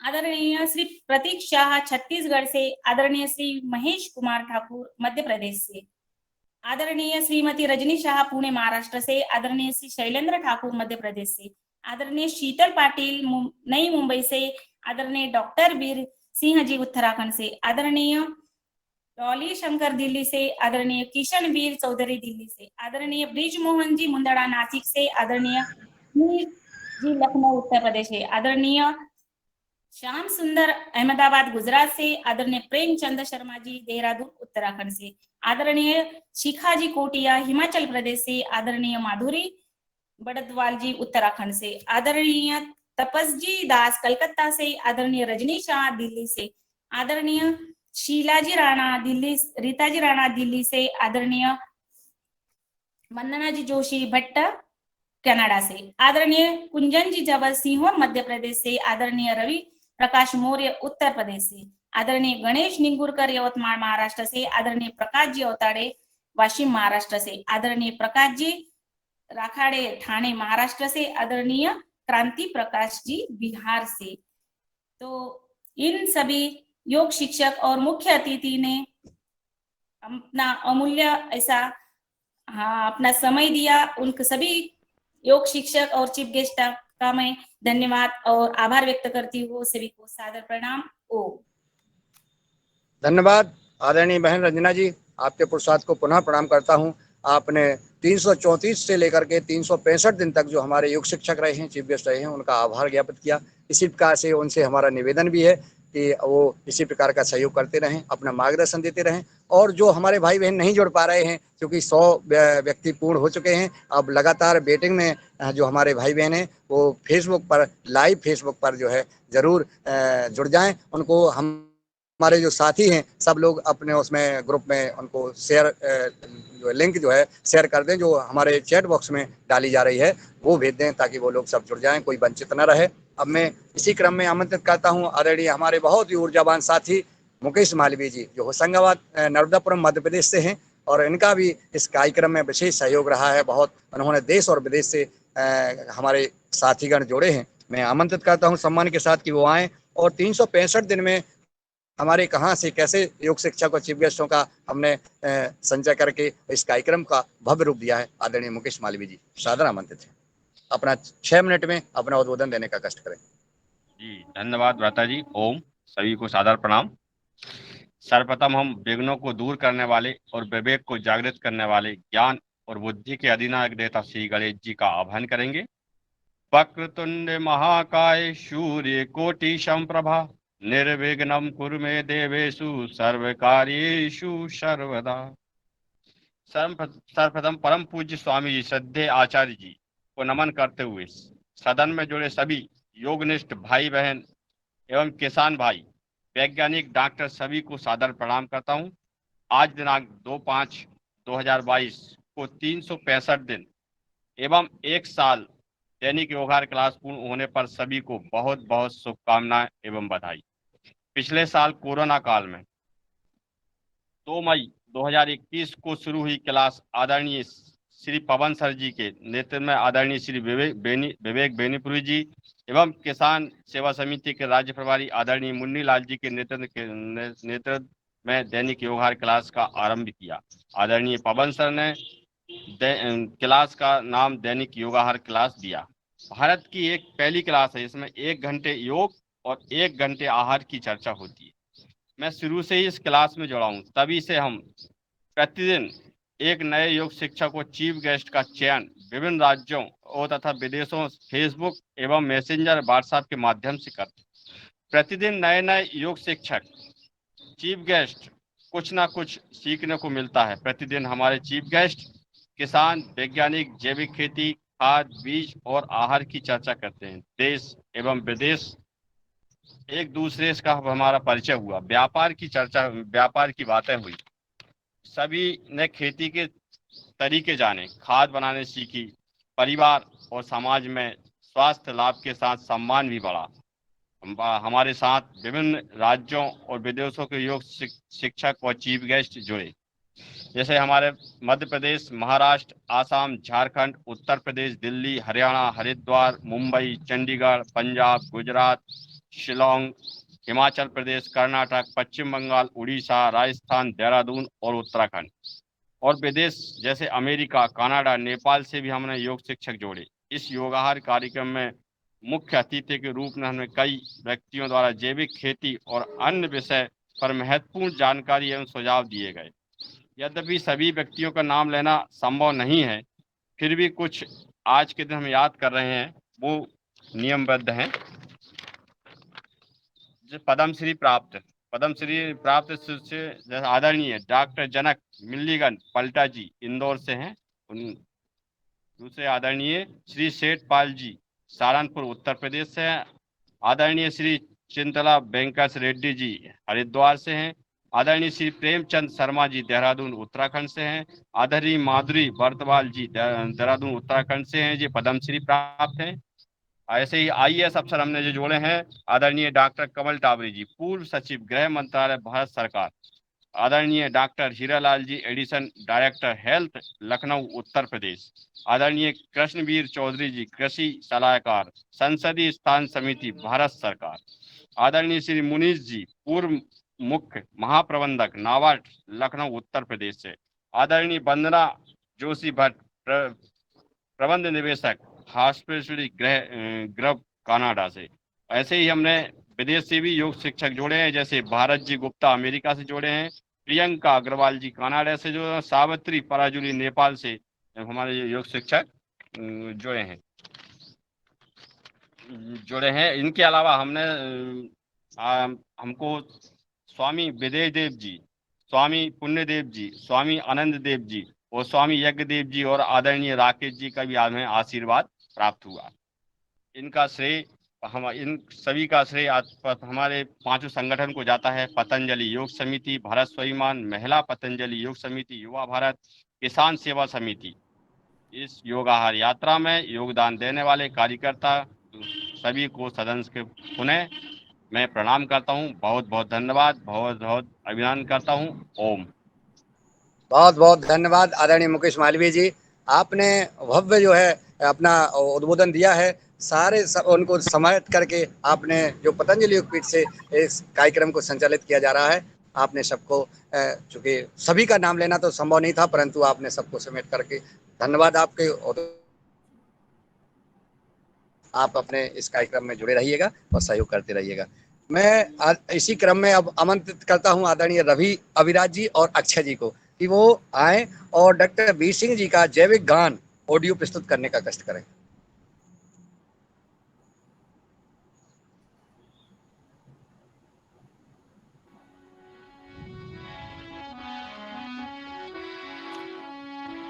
जय जय जैविक भारत जय हो,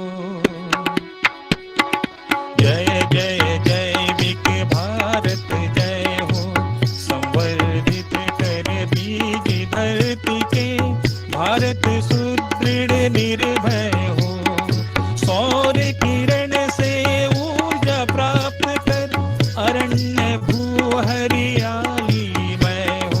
अन्नपूर्णा का मिले वरदान, भारत महिमामय हो। जय जय जैविक भारत जय हो।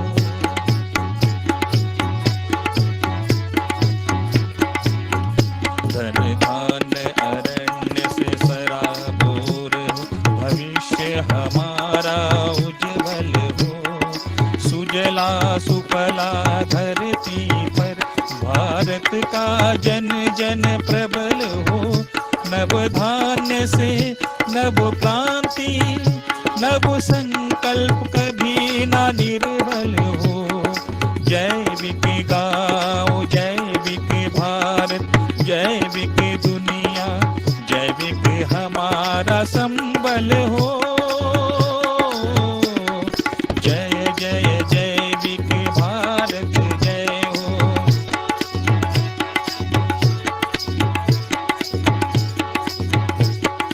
भारत सृजन की सुरभि फैले, सृजन से जग प्रज्वलित हो।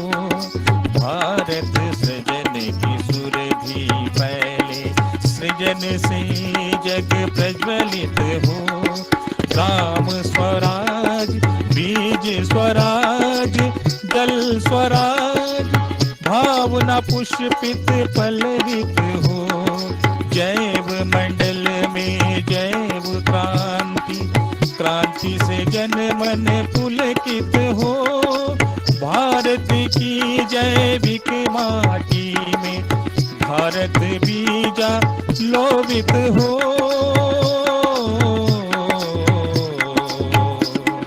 जय जय जैविक भारत जय हो।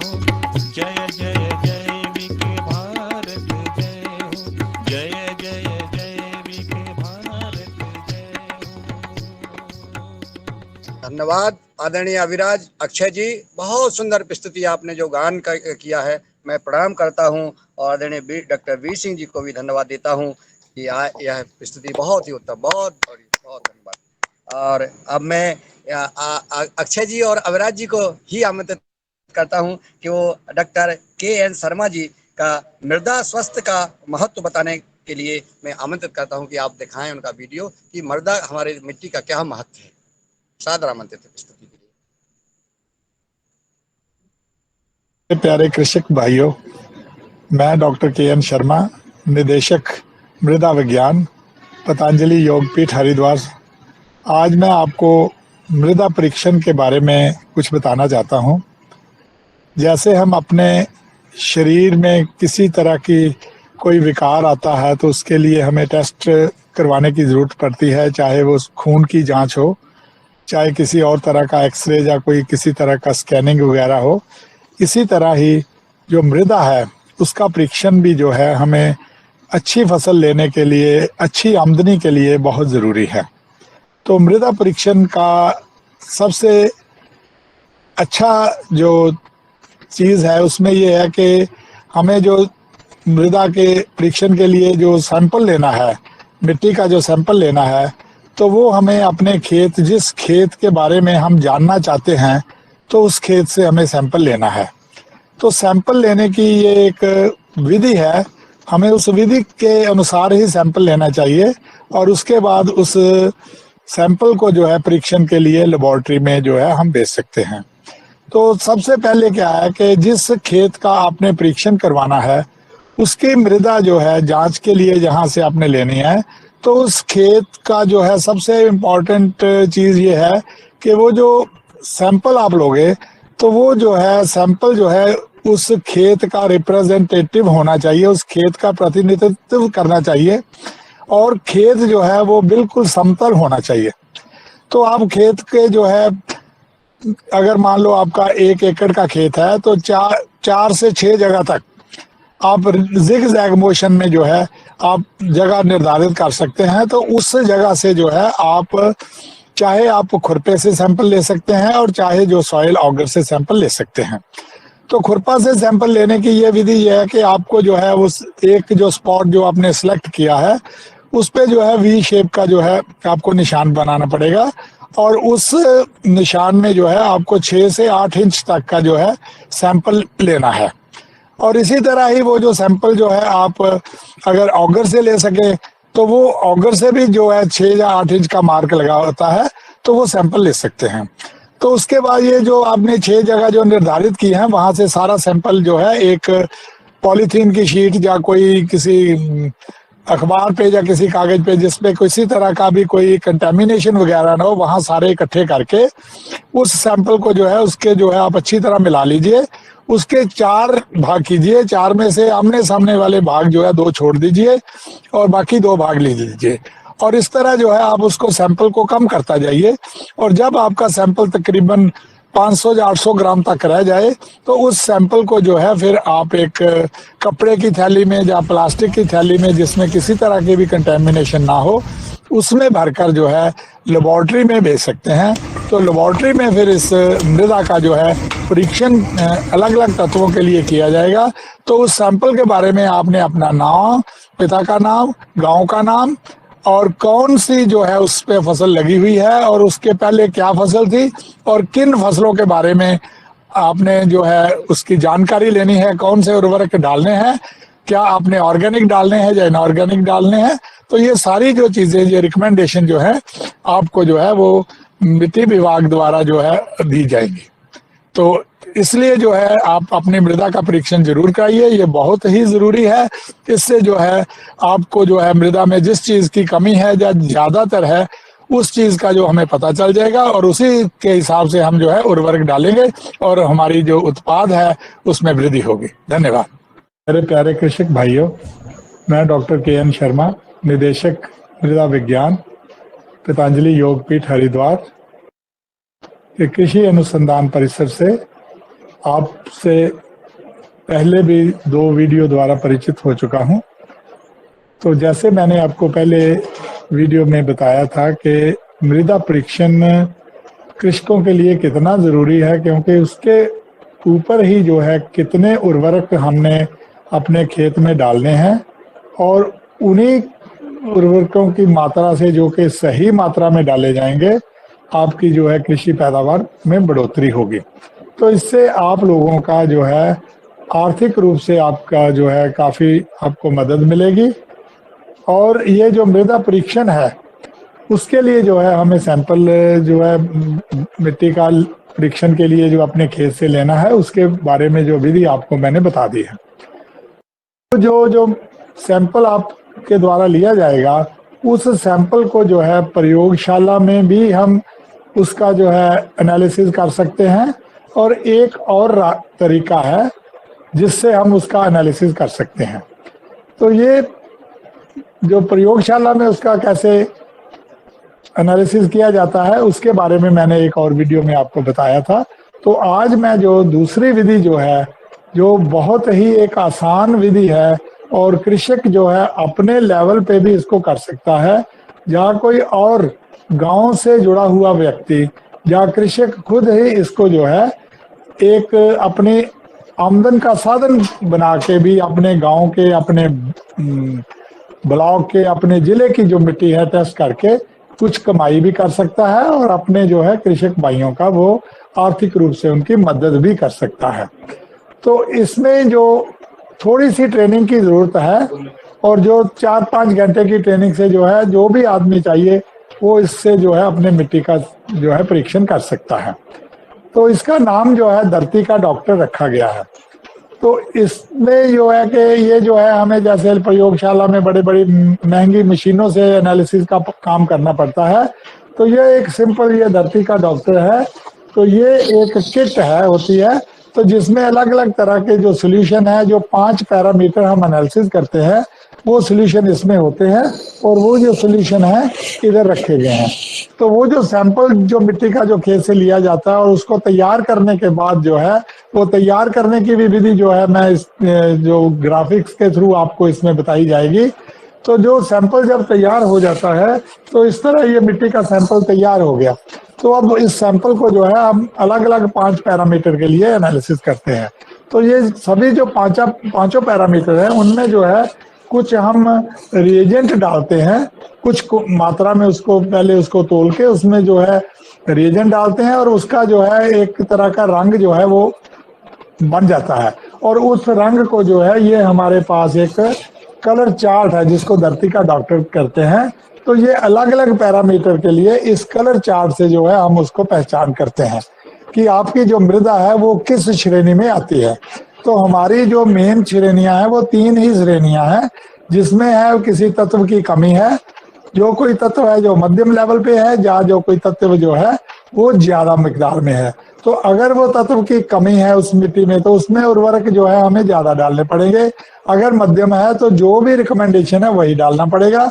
और अगर वो जो उसकी मात्रा जो है उच्च में है तो फिर हमें जो है जितने उर्वरक हम डालते हैं उनमें से कुछ कम करना पड़ेगा। तो जिससे जो है खेत में जो है किसी तरह का इम्बैलेंस नहीं होगा और आपकी पैदावार में भी वृद्धि होगी। तो ये मैं थोड़ा आपको केमिकल्स के बारे में बताता हूँ। तो ये जो केमिकल है सबसे इम्पोर्टेंट जो पीएच है, तो पीएच के लिए ये रिएजेंट है। तो ये जो टेस्ट ट्यूब है इन्हीं में हम सैंपल लेते हैं और इनमें सैंपल लेने के बाद ये जो है कलर इंडिकेटर डालते हैं तो वो कलर डेवलप हो जाता है। तो फिल्टर पेपर के बाद ये हमारे पास ये ऑर्डिनरी फिल्टर पेपर है। तो इस फिल्टर पेपर के साथ ये हमारे पास ये फनल्स वगैरह हैं, तो ये ट्यूब के ऊपर रख के इनको जो है फिल्टर किया जाता है। तो फिल्टर करने के बाद जो है वो रंग डेवलप हो जाता है। तो उस जो कलर को जो है इस चार्ट के साथ कंपेयर करने के बाद हम जो है ये बता सकते हैं कि इस सॉइल का जो है खारापन है या अम्लीयापन है, ये हम उससे बता सकेंगे।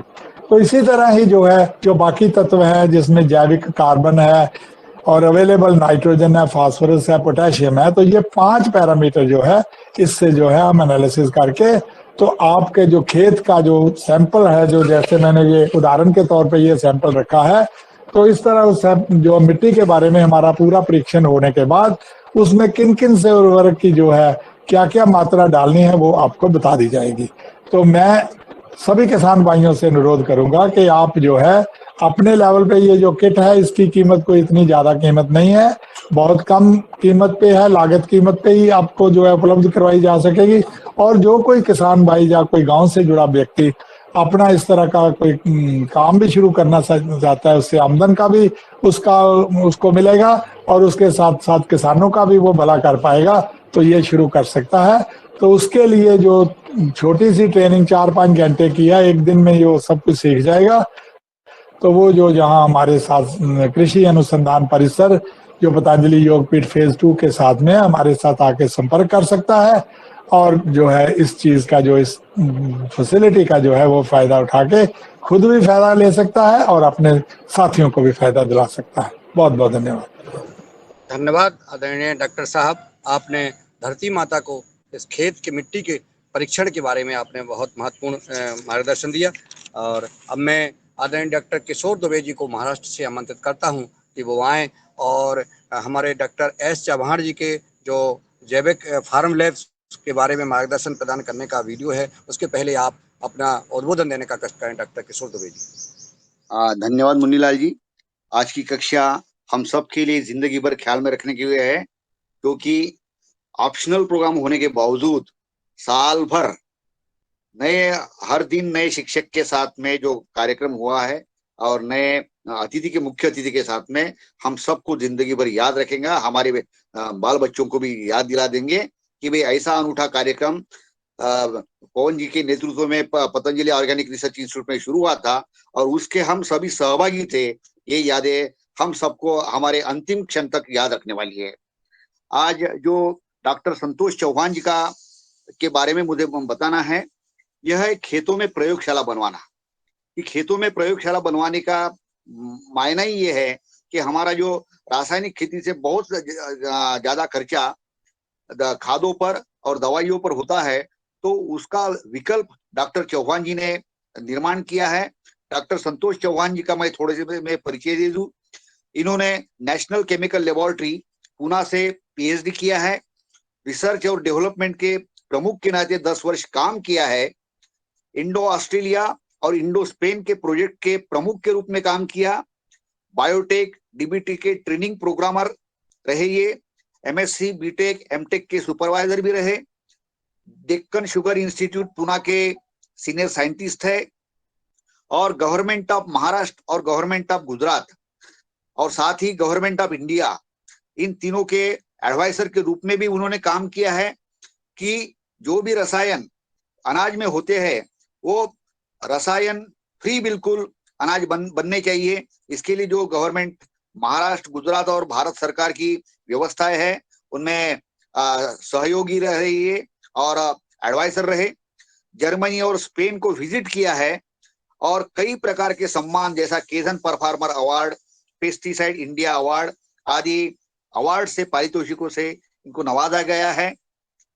अब ये जो खेतों में प्रयोगशाला बनवाने की संकल्पना है, यह संकल्पना इनको आई कि भाई किसान ही अगर खुद प्रयोगशाला बनवाए खेत पे और वो भी कम लागत पे बनवाए तो निश्चित रूप से जैविक खाद भी बनवा सकता है, जैविक दवाइयां भी बन सकती हैं और उसका 50 से भी ज्यादा % पैसा बचता है।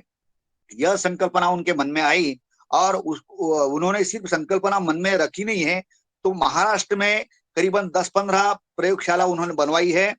तो ये ऐसी प्रयोगशाला से किसानों को क्या लाभ होता है? एक तो फसलों का लागत मूल्य आधे से भी कम होता है।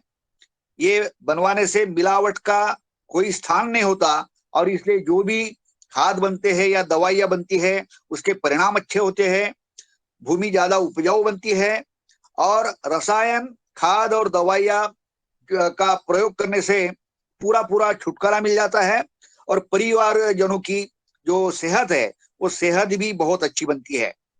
अभी तक इन्होंने जो प्रयोगशालाएं बनवाई है, पूना में 3, वाशिम में 3, अहमदनगर में 1, यवतमाल में 1 और प्रस्तावित जो पाइपलाइन में है जो बन रही है वाशिम में 12 और गुजरात में 10। अब इसका खर्चा जो आता है कि छोटी अगर प्रयोगशाला बनवाए जिसको बेसिक लैब बोलते हैं तो 25,000 में बन जाती, मास्टर लैब बोलो तो 1 लाख में बन जाती, छोटी लैब जो बेसिक लैब बोलते उससे 10 से 15 एकड़ की खेती हम कर सकते हैं, यानी उसके लिए खाद और दवाइयां बना सकते।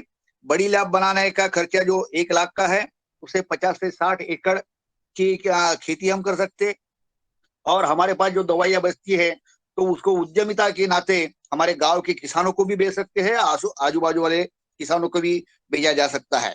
अब इसका ट्रेनिंग कहाँ पे मिलता?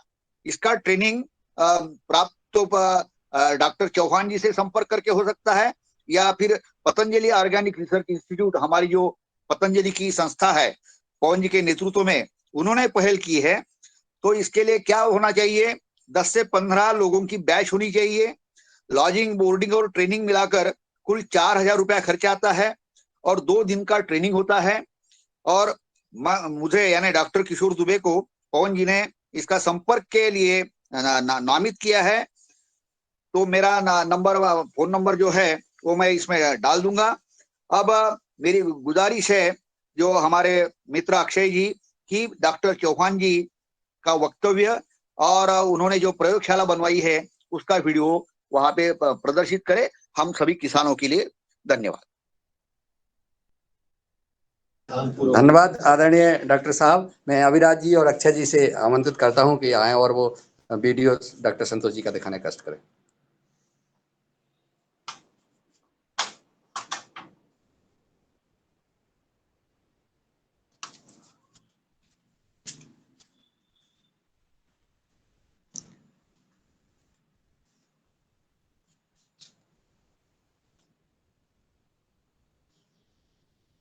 नमस्ते, मैं डॉक्टर संतोष बिकुलाल चौहान किसान भाइयों के लिए फार्म लैब्स यह एक नया कंसेप्ट लेकर हम लोग जय किसान शेतकरी गढ़ जिला वाशिम महाराष्ट्र इस माध्यम से अलग अलग किसान भाइयों के लिए यह संकल्पना लेके आए हैं।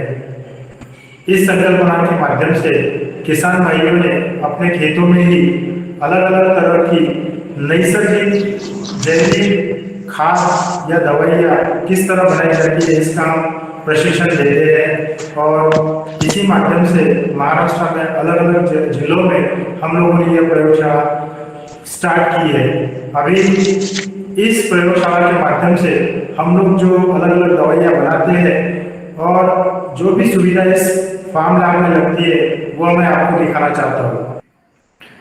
इस फार्म लैब के माध्यम से अभी आप देख सकते हैं अलग अलग तरह के खाद और अलग अलग तरह की दवाइयाँ हम लोगों ने इस छोटी से जो प्लास्टिक की डिब्बे होते हैं इसका यूज़ करके बनाई है, या इस सामने वाले दोनों डिब्बे में से आपको दिख सकता है कि अलग अलग जो वनस्पति होती है उनके जो अर्क होते हैं उसके माध्यम से भी हम लोग बहुत अच्छी खाद या दवाई बना सकती है, या जो सूक्ष्मजीव होते हैं उस सूक्ष्मजीव को भी हम इस प्रयोगशाला में अच्छी तरह से बना सकते हैं। अभी इसी प्रयोगशाला में जो अलग अलग सुविधा लगती है उसमें यह जो सामने मशीन दिखता है उसको रोटरी शेकर कहा जाता है। इस शेकर का यूज़ करके हम लोग अलग अलग सूक्ष्मजीव निर्मित कर सकते हैं। जैसे मैंने पहले भी कहा है कि छोटी मोटी जो अपने किचन में चीज़ें होती है, जैसे सामने आप देख सकते हो यह मिक्सर जो है, इस मिक्सर का यूज़ करके या इस गैस सिलेंडर के साथ में जो बर्नर है इस बर्नर का यूज़ करके हम लोग यहाँ पे सूक्ष्मजीव का इनोकुलेशन कर सकते हैं और अलग अलग दवा बनाने में इसकी मदद ले सकते हैं। इसी तरह से जो किचन में छोटी मोटी चीज़ें होती है, सामने वाले चित्र में आप देख सकते हो छोटे छोटे जो पात्र है प्लास्टिक के हो या स्टील के जो हम घर में यूज कर सकते हैं, इन सब चीज़ों का, और यह जो गैस सिगड़ी है या जो इडली कुकर है, इन सब चीज़ों का यूज़ करके हम लोग अच्छी तरह से खाद बना सकते हैं। और इसी तरह किसान भाई यह सब खाद बनाना सीख रहे हैं और अच्छी तरह से बना रहे हैं।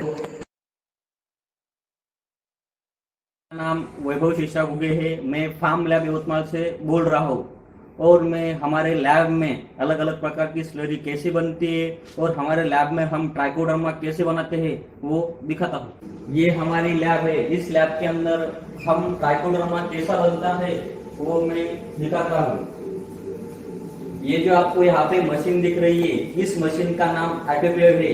इस ऑटोक्लेव के अंदर हम ये जो मीडिया कल्चर आपको दिख रहा है, इस मीडिया कल्चर को हम इस ऑटोक्लेव के अंदर स्टरलाइजेशन करते हैं।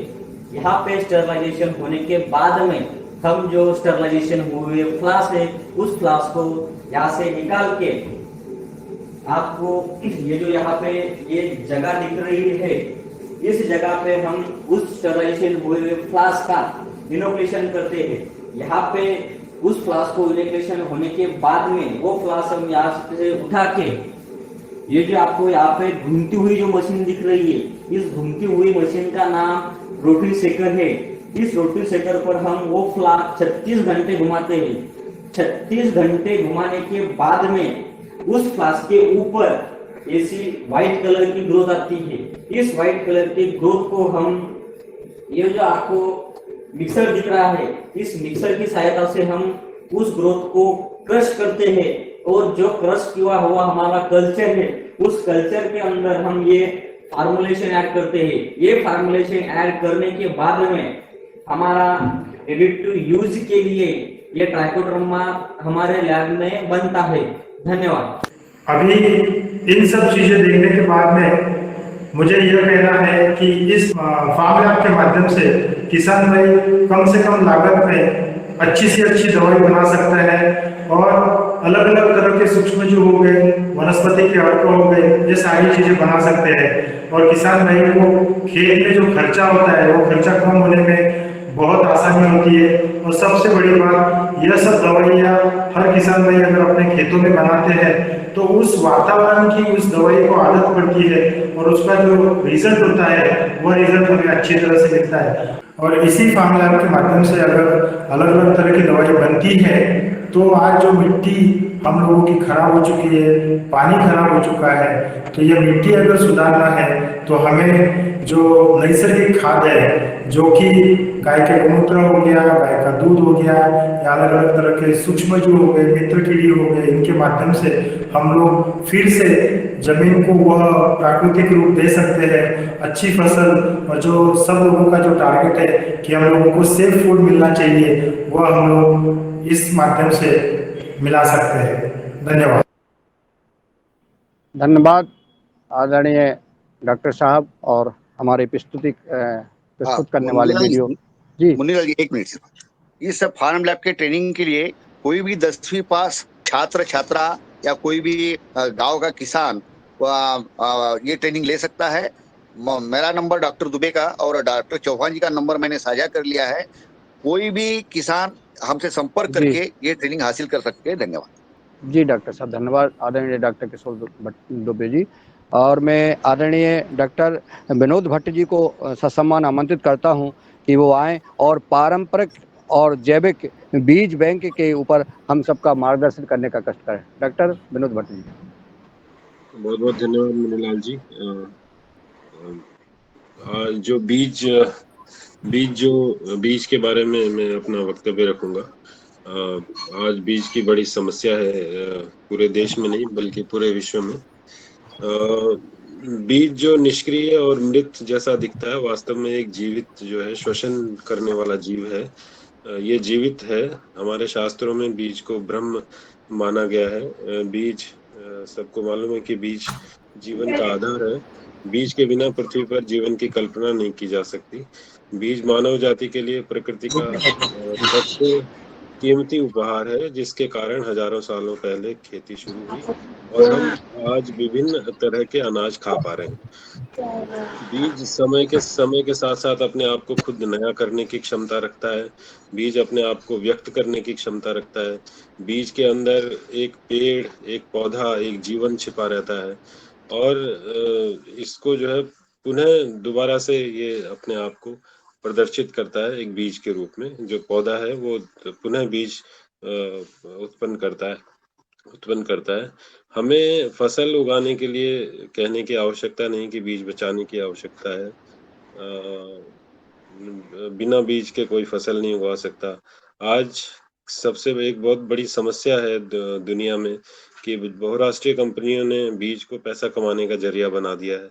हमारी सरकारें भी कुछ सरकारें हैं, कुछ राज्य सरकारें हैं, वहाँ पे सार्वजनिक और निजी भागीदारी के नाम पे कंपनियों के बीच बड़े पैमानों पे बढ़ावा दिया जा रहा है। अधिकांश आज एक बहुत दुख की बात है कि हमारी जो अधिकांश सरकारी बीज एजेंसियां हैं या तो वो बंद हो चुकी हैं या अप्रत्यक्ष रूप से बहुराष्ट्रीय कंपनियों के बीजों का ही प्रचार कर रही हैं। किसान की बीज बचाने की आदत और जो ज्ञान है वो धीरे धीरे खत्म हो रही है, खो चुका है। बीज मनुष्य के साथ साथ बीज जो है मनुष्य के साथ विभिन्न परिस्थितिक क्षेत्रों में आए, जैसे कि ये विनिमय के द्वारा कि एक ने दूसरे को दे दिया और फिर उसकी जैव विविधता, इसी तरह से उसकी जैव विविधता बनी।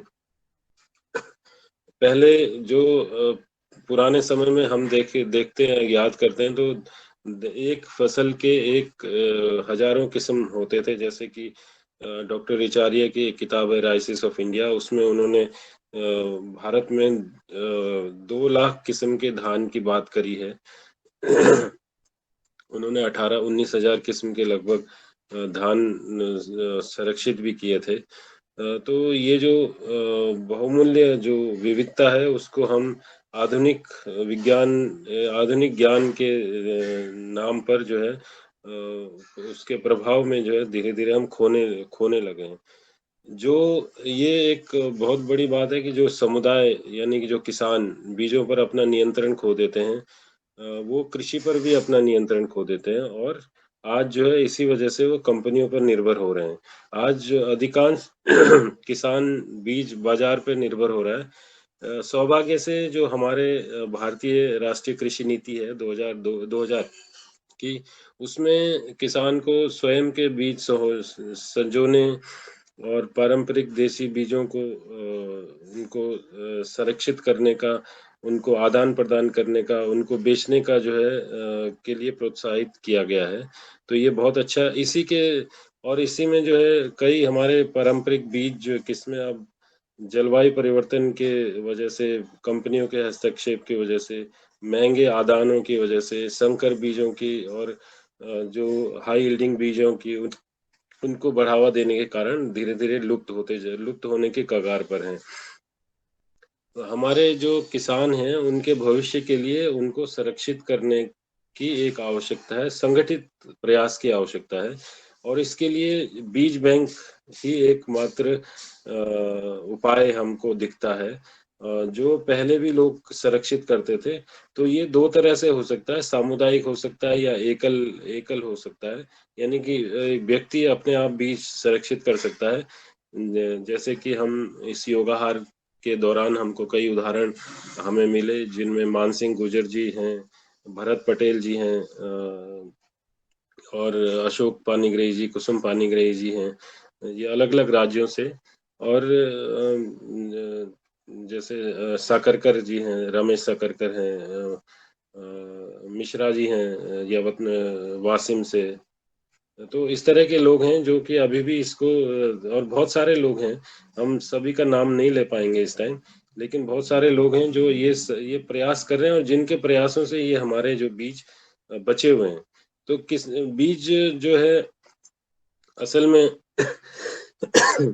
कई प्रकार के माने जाते हैं, किसानों की किस्में मानी जाती हैं, खुले परागण वाले बीज और स्वपरागण वाले बीज होते हैं, और इसके अलावा विरासत के बीज है जो पीढ़ियों से चले आ रहे हैं।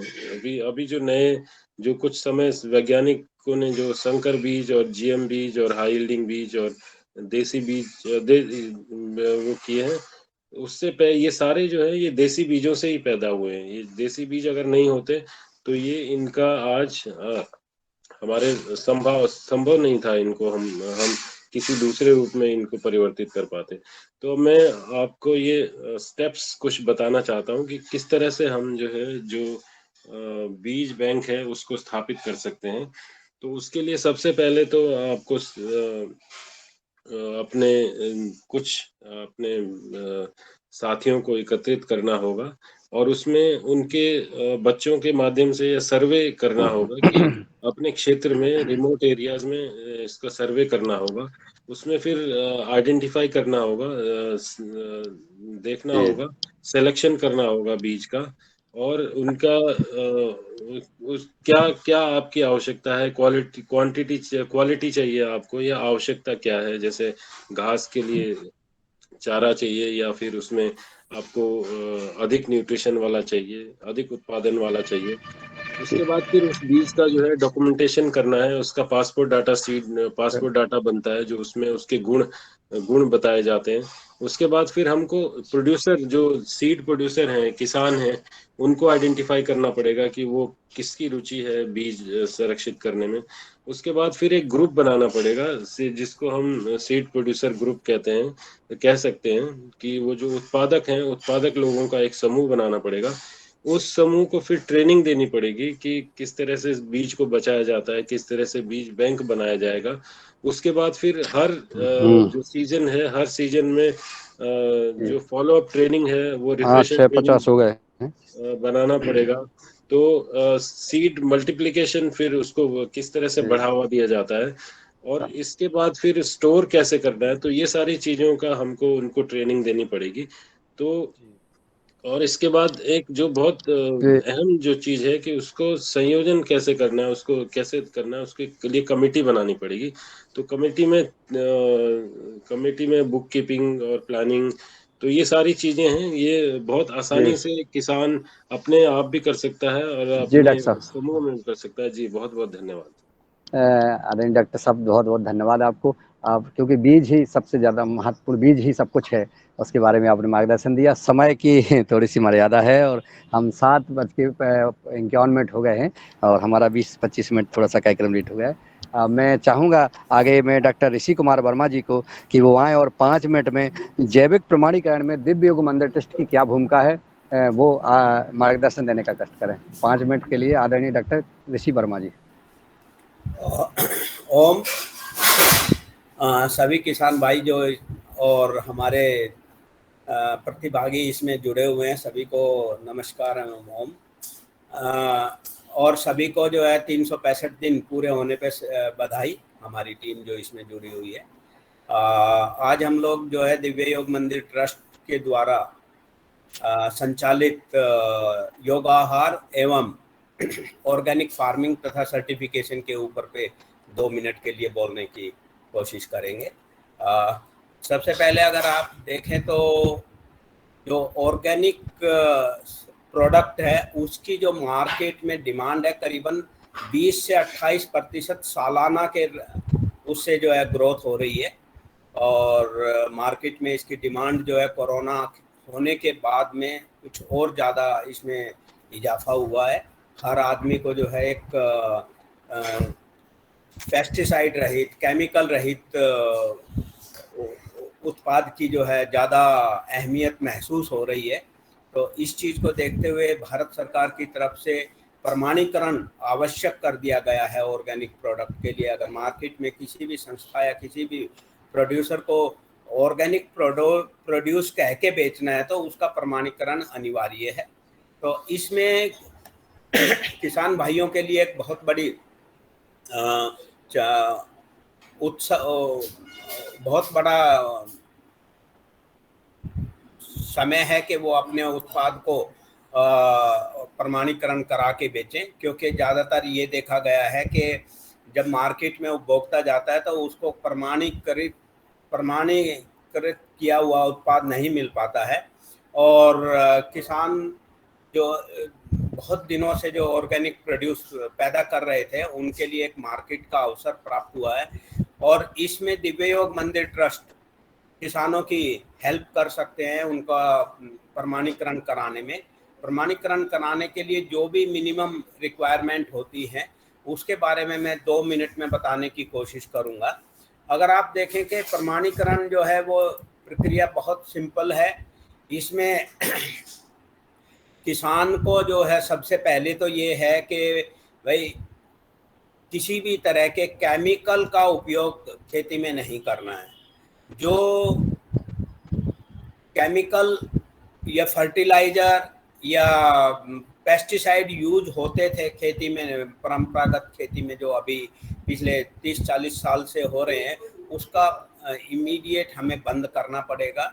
और उसको जो हमारी सदियों से परंपरा चली आ रही थी, जीवाणुओं के ऊपर जो खेती होती थी, जो पिछले 30-40 साल में अलग अलग तरह के केमिकल फर्टिलाइजर या केमिकल पेस्टिसाइड्स उपयोग होने की वजह से जो हमारे धरती माँ के अंदर में जीवाणु थे वे सारे खत्म हो गए हैं।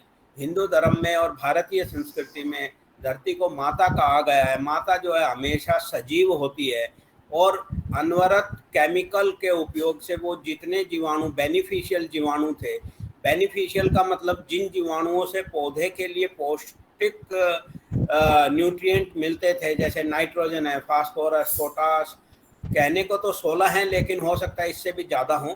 वे 16 के 16 जो न्यूट्रिएंट थे इन्हीं जीवाणुओं के द्वारा पौधों को मिलते थे। लेकिन पिछले कुछ सालों में केमिकल यूज होने की वजह से वो सारे जीवाणु धरती में या तो कम हो गए हैं या बिल्कुल ख़त्म हो गए हैं। उनको पुनः स्थापित करने की एक प्रक्रिया के द्वारा हमें इनको दोबारा से स्थापित कर सकते हैं। इसमें कुछ मूलभूत सिद्धांत है, जैसे हमें मोनोक्रॉपिंग छोड़ के हमें दोबारा से अपनी मिक्स्ड कल्टीवेशन या अलग अलग तरह की फसलों को एक खेत में उगाना पड़ेगा। अपने खेत के चारों तरफ बायोडायवर्सिटी को दोबारा से लेके आना पड़ेगा। आप जानते होंगे पहले खेतों में जो है अलग अलग तरह के वृक्ष होते थे, लेकिन आज मोनोक्रॉपिंग और मशीनीकरण की वजह से सारे पेड़ पौधों झाड़ियों को खत्म कर दिया गया है, जिसकी वजह से जो बेनिफिशियल पक्षी, मित्र, कीट सब खत्म हो गए। उनको पुनः स्थापित करने के लिए हमें खेत में biodiversity, agro forestry, multiple cropping के सिस्टम को अपनाना पड़ेगा। दूसरा, जो जीवाणु मित्र जीवाणु थे उनको खत्म कर दिया गया था या खत्म हो गए थे, उनको पुनः स्थापित करने के लिए हमें अपने खेतों में जीवामृत है, घनामृत है, अलग अलग तरह के उपयोग जो जैविक इनपुट है या जैविक फर्टिलाइजर है या जैविक कीटनाशी है, उनका उपयोग करना पड़ेगा। और जैसा कि अभी बताया गया है मेरे से पूर्व वक्ताओं के द्वारा कि ये जितने जीवाणु हैं, बेनिफिशियल जीवाणु हैं, इनको अपने खेत पे फार्म लेबोरेटरी के अंतर में बहुत आसानी से किसानों द्वारा ही बनाया जा सकता है। हमें महंगे फर्टिलाइजर बाहर से खरीदने की कतई ज़रूरत नहीं है। अगर आप थोड़ा सा अपना समय इन जीवाणुओं को बनाने में लगाएं तो हम बहुत भारी कीमत अपने खेत में खेती करने की बचा सकते हैं। दूसरा है एनिमल हस्बेंड्री। हमें अपने खेत में और अपने ग्रुप में जो है गो पालन को बढ़ावा देना पड़ेगा। और जहाँ तक हो सके हम अपने बड़ी बड़ी मशीनों के बजाय आज छोटे कृषि यंत्रों के द्वारा अगर हम खेती करें तो हम वापस दोबारा से वो जो बायोडायवर्सिटी है उसको मेंटेन कर पाएंगे। और जैसा कि डॉक्टर शर्मा जी ने बताया सॉइल टेस्टिंग की महत्ता के बारे में कि किसी भी सॉइल की उर्वरता को बनाए रखने में, या जैसे कि हम मनुष्य के स्वास्थ्य को भी जांच परखने के लिए, उसको ठीक रखने के लिए स्वास्थ्य का परीक्षण होता है, उसी तरह से हमें अपनी सॉइल के भी टेस्टिंग करानी जरूरी है समय समय पर। और उसके सॉइल टेस्टिंग हो जाने के बाद में जिस जिस चीज़ की ज़रूरत है उस चीज़ की भरपाई हमें जैविक तरीक़ों से करनी पड़ेगी। और एक बार जैविक तरीके से हो गई तो ये सदा के लिए उस भूमि का जो है स्वास्थ्य ठीक हो जाता है। अगर हम प्राकृतिक तरीके से उन उत्पादों को, जैसे नाइट्रोजन की सप्लाई के लिए हम एजोबैक्टर है या राइजोबियम है कल्चर का उपयोग करें। फास्फोरस के लिए फास्फोरस सोल्युबलाइजिंग बैक्टीरिया का यूज करें। और बाकी चीज़ों कीटनाशियों में ट्राइकोडर्मा है, बहुत सारे ऐसे आज के उसमें वर्तमान में बहुत सारे बेनिफिशियल कीटनाशी या रोगनाशी जो जैविक तरीके से बनाए जा सकते हैं वो अपने फार्म लैब पे ही बनाए जा सकते हैं। ये अगर हम सारी चीज़ें का उपयोग अपने खेत पे बना लें तो जैविक प्रमाणीकरण आसानी से हो सकता है। पार्टिसिपेटरी गारंटी सिस्टम में 10 पैमाने हैं जो जिनका अगर हम अनुपालन करते हैं तो जैविक प्रमाणीकरण आसानी से मिल सकता है। ये 10 पॉइंट हैं। हैबिटेट मैनेजमेंट, जैसे मैंने बताया, अपने खेत के चारों तरफ इस तरह का आवास बनाना है कि मित्र कीट और मित्र पक्षी वहाँ पे रह सके। और हमें अलग अलग तरह की फसलों का उगाना अनिवार्य है। जैसे कि आप जानते हैं कि आजकल एक क्रॉपिंग करनी शुरू कर दी गई है, उसको हमें कम करके अलग अलग तरह की फसलों का एक साथ उगाना पड़ेगा। और लाइव स्टॉक गौ पालन को बढ़ावा देना पड़ेगा। सॉइल एंड वाटर कंजर्वेशन, जो खेत में वर्षा का पानी है उसका संरक्षण अनिवार्य है। दूसरा, आजू बाजू के खेतों से जो कंटामिनेशन होता है फर्टिलाइजर के द्वारा या फंजीसाइड या पेस्टिसाइड के द्वारा, उसको रोकने के लिए हमें बफर एरिया बनाना पड़ेगा।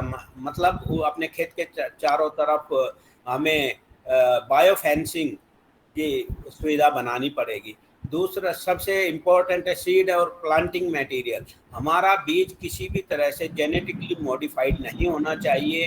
हमारा बीज जहाँ तक हो सके वो खेत के में उगाया हुआ होना चाहिए, जैविक तरीके से ही उगाना हुआ होना चाहिए। फर्टिलाइजर मतलब हमारे पास जो भी खेत की मृदा उर्वरा शक्ति बढ़ाने के लिए उपयोग करना वो पूर्णतः जैविक होना चाहिए।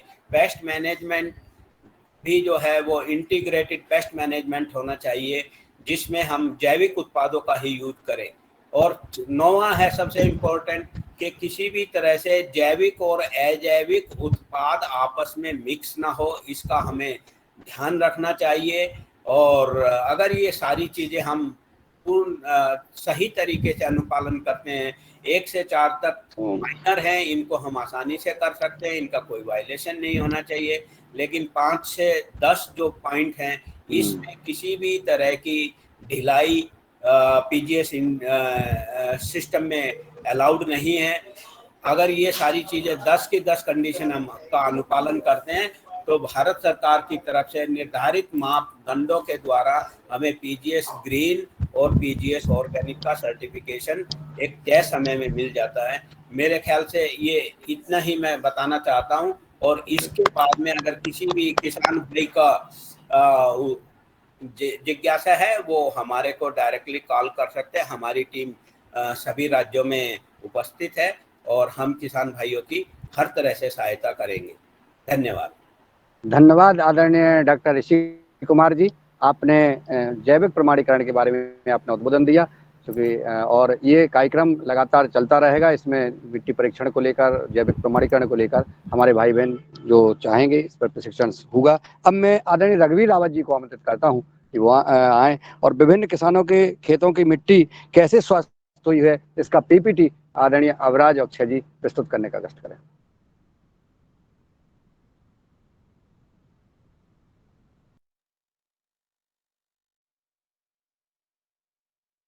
नमस्कार।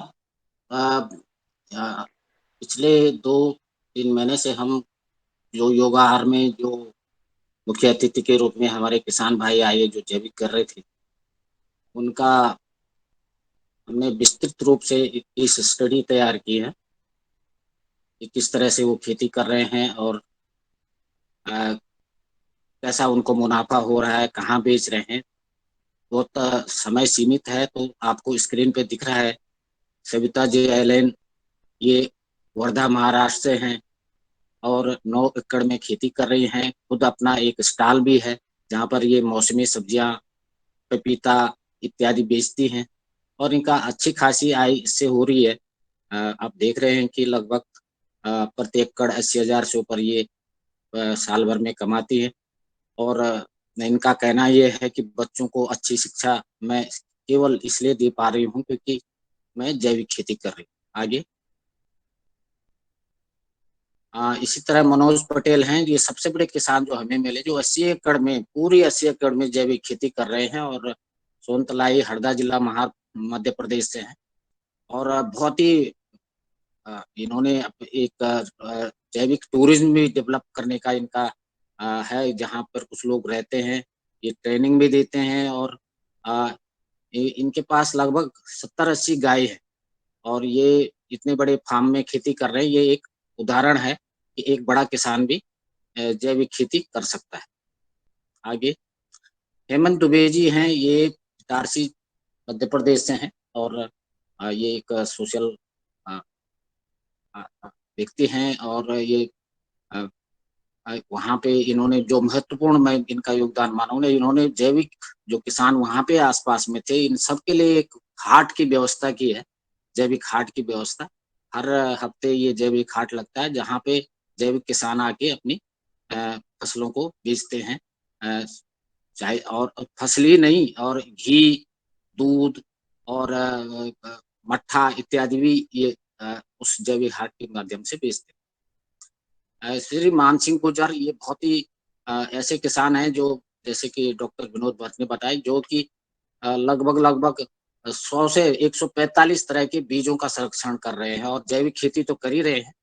और इनका ये ऑनलाइन अपनी मार्केटिंग करते हैं और घन जीवामृत का विशेषता प्रयोग करके और कई तरह की विधाओं का दूध, हल्दी, 10% आदि का प्रयोग करके जैविक खेती कर रहे हैं। और इन्होंने कई तरह की 7 फीट लौकी और 4 फीट की क्या कहते हैं तुरई, इस तरह का बीज इन्होंने इस तरह की प्रजातियां खुद डेवलप की है। और ये एक उदाहरण बन सकते हैं कि किसान बीज भी पैदा कर सकते हैं। नेक्स्ट,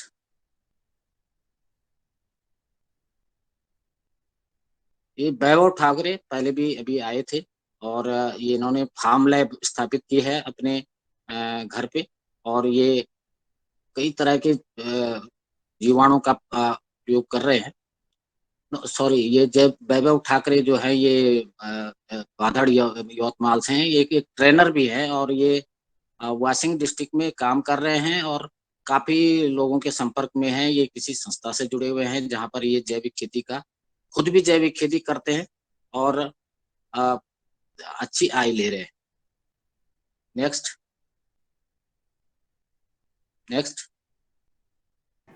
नमस्कार मुन्नीलाल जी, मैं क्षमा चाहूंगी, जरा आप मुझे कहीं जाना है तो मैं आप सबसे विदा लेती हूँ। सागर रावले हैं, ये बहुत ही बहन जी निशा जी, सादर प्रणाम आपको। नमस्कार सागर रावले, सभी को। ये ओम बहुत अच्छा कार्यक्रम है और बहुत प्रेरणा देने वाला है। सबको नमस्कार। सागर रावले हैं जो वाशिम गांव, जिला वाशिम, महाराष्ट्र से हैं और लगभग 20 एकड़ में खेती कर रहे हैं। और मुख्य बात इनकी है, ये डिकम्पोजर आधारित खेती कर रहे हैं।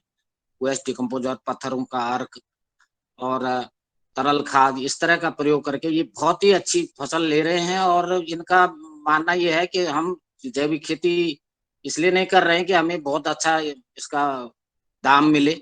ये अपना सारा जो भी उत्पादन करते हैं केवल मंडी में बेचते हैं और सामान्य रूप से बेच रहे हैं और फिर भी बहुत अच्छा मुनाफा कमा रहे हैं। आप देख रहे हैं कि ये 80,000 लगभग पर एकड़ कमा रहे हैं। रूप सिंह राजपूत राणा होशंगाबाद से ये बासमती, मूंग, गेहूं और बहुत सारे की जो मौसमी सब्जियां उगाते हैं। और जैविक हाट इटारसी, जो मैंने पहले कहा, दुबे जी के ये सब ग्रुप है और ये वहां पे इसको बेचते हैं और मित्र मंडली में भी बेचते हैं और अच्छा खासा जीवामृत और वेस्ट डिकम्पोजर का प्रयोग कर रहे हैं और अच्छा आय प्राप्त कर रहे हैं।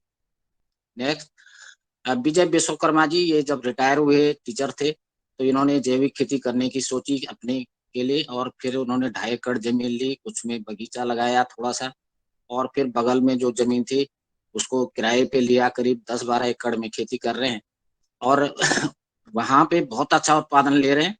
और बायो डिकम्पोजर, तरल खाद, जीवामृत, इन सब का प्रयोग करके ये बहुत अच्छा मुनाफा कमा रहे हैं। इनका मुख्य बात ये है कि अपनी हल्दी को जो है अमेज़न पे बेचते हैं और इनका कहना ये है कि तो मैं अपना 40% उत्पादन अमेज़न के थ्रू बेचता हूं।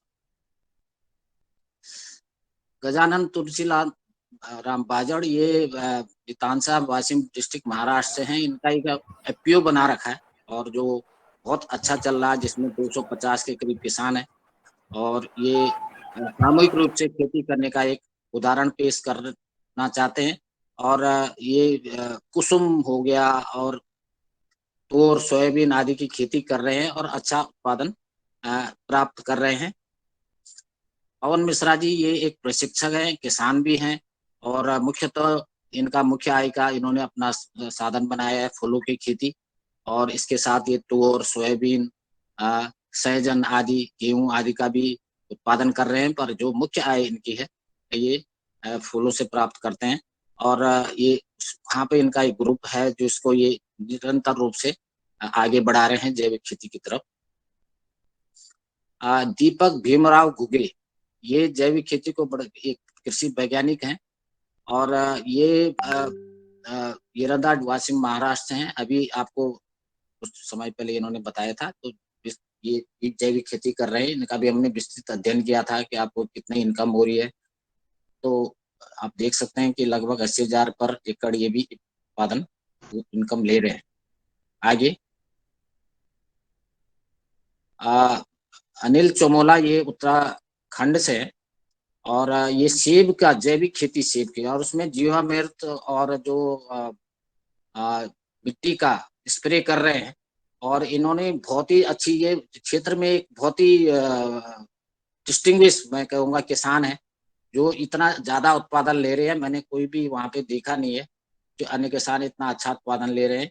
ये प्रति हेक्टेयर जो है करीब करीब 7-8 लाख रुपए पर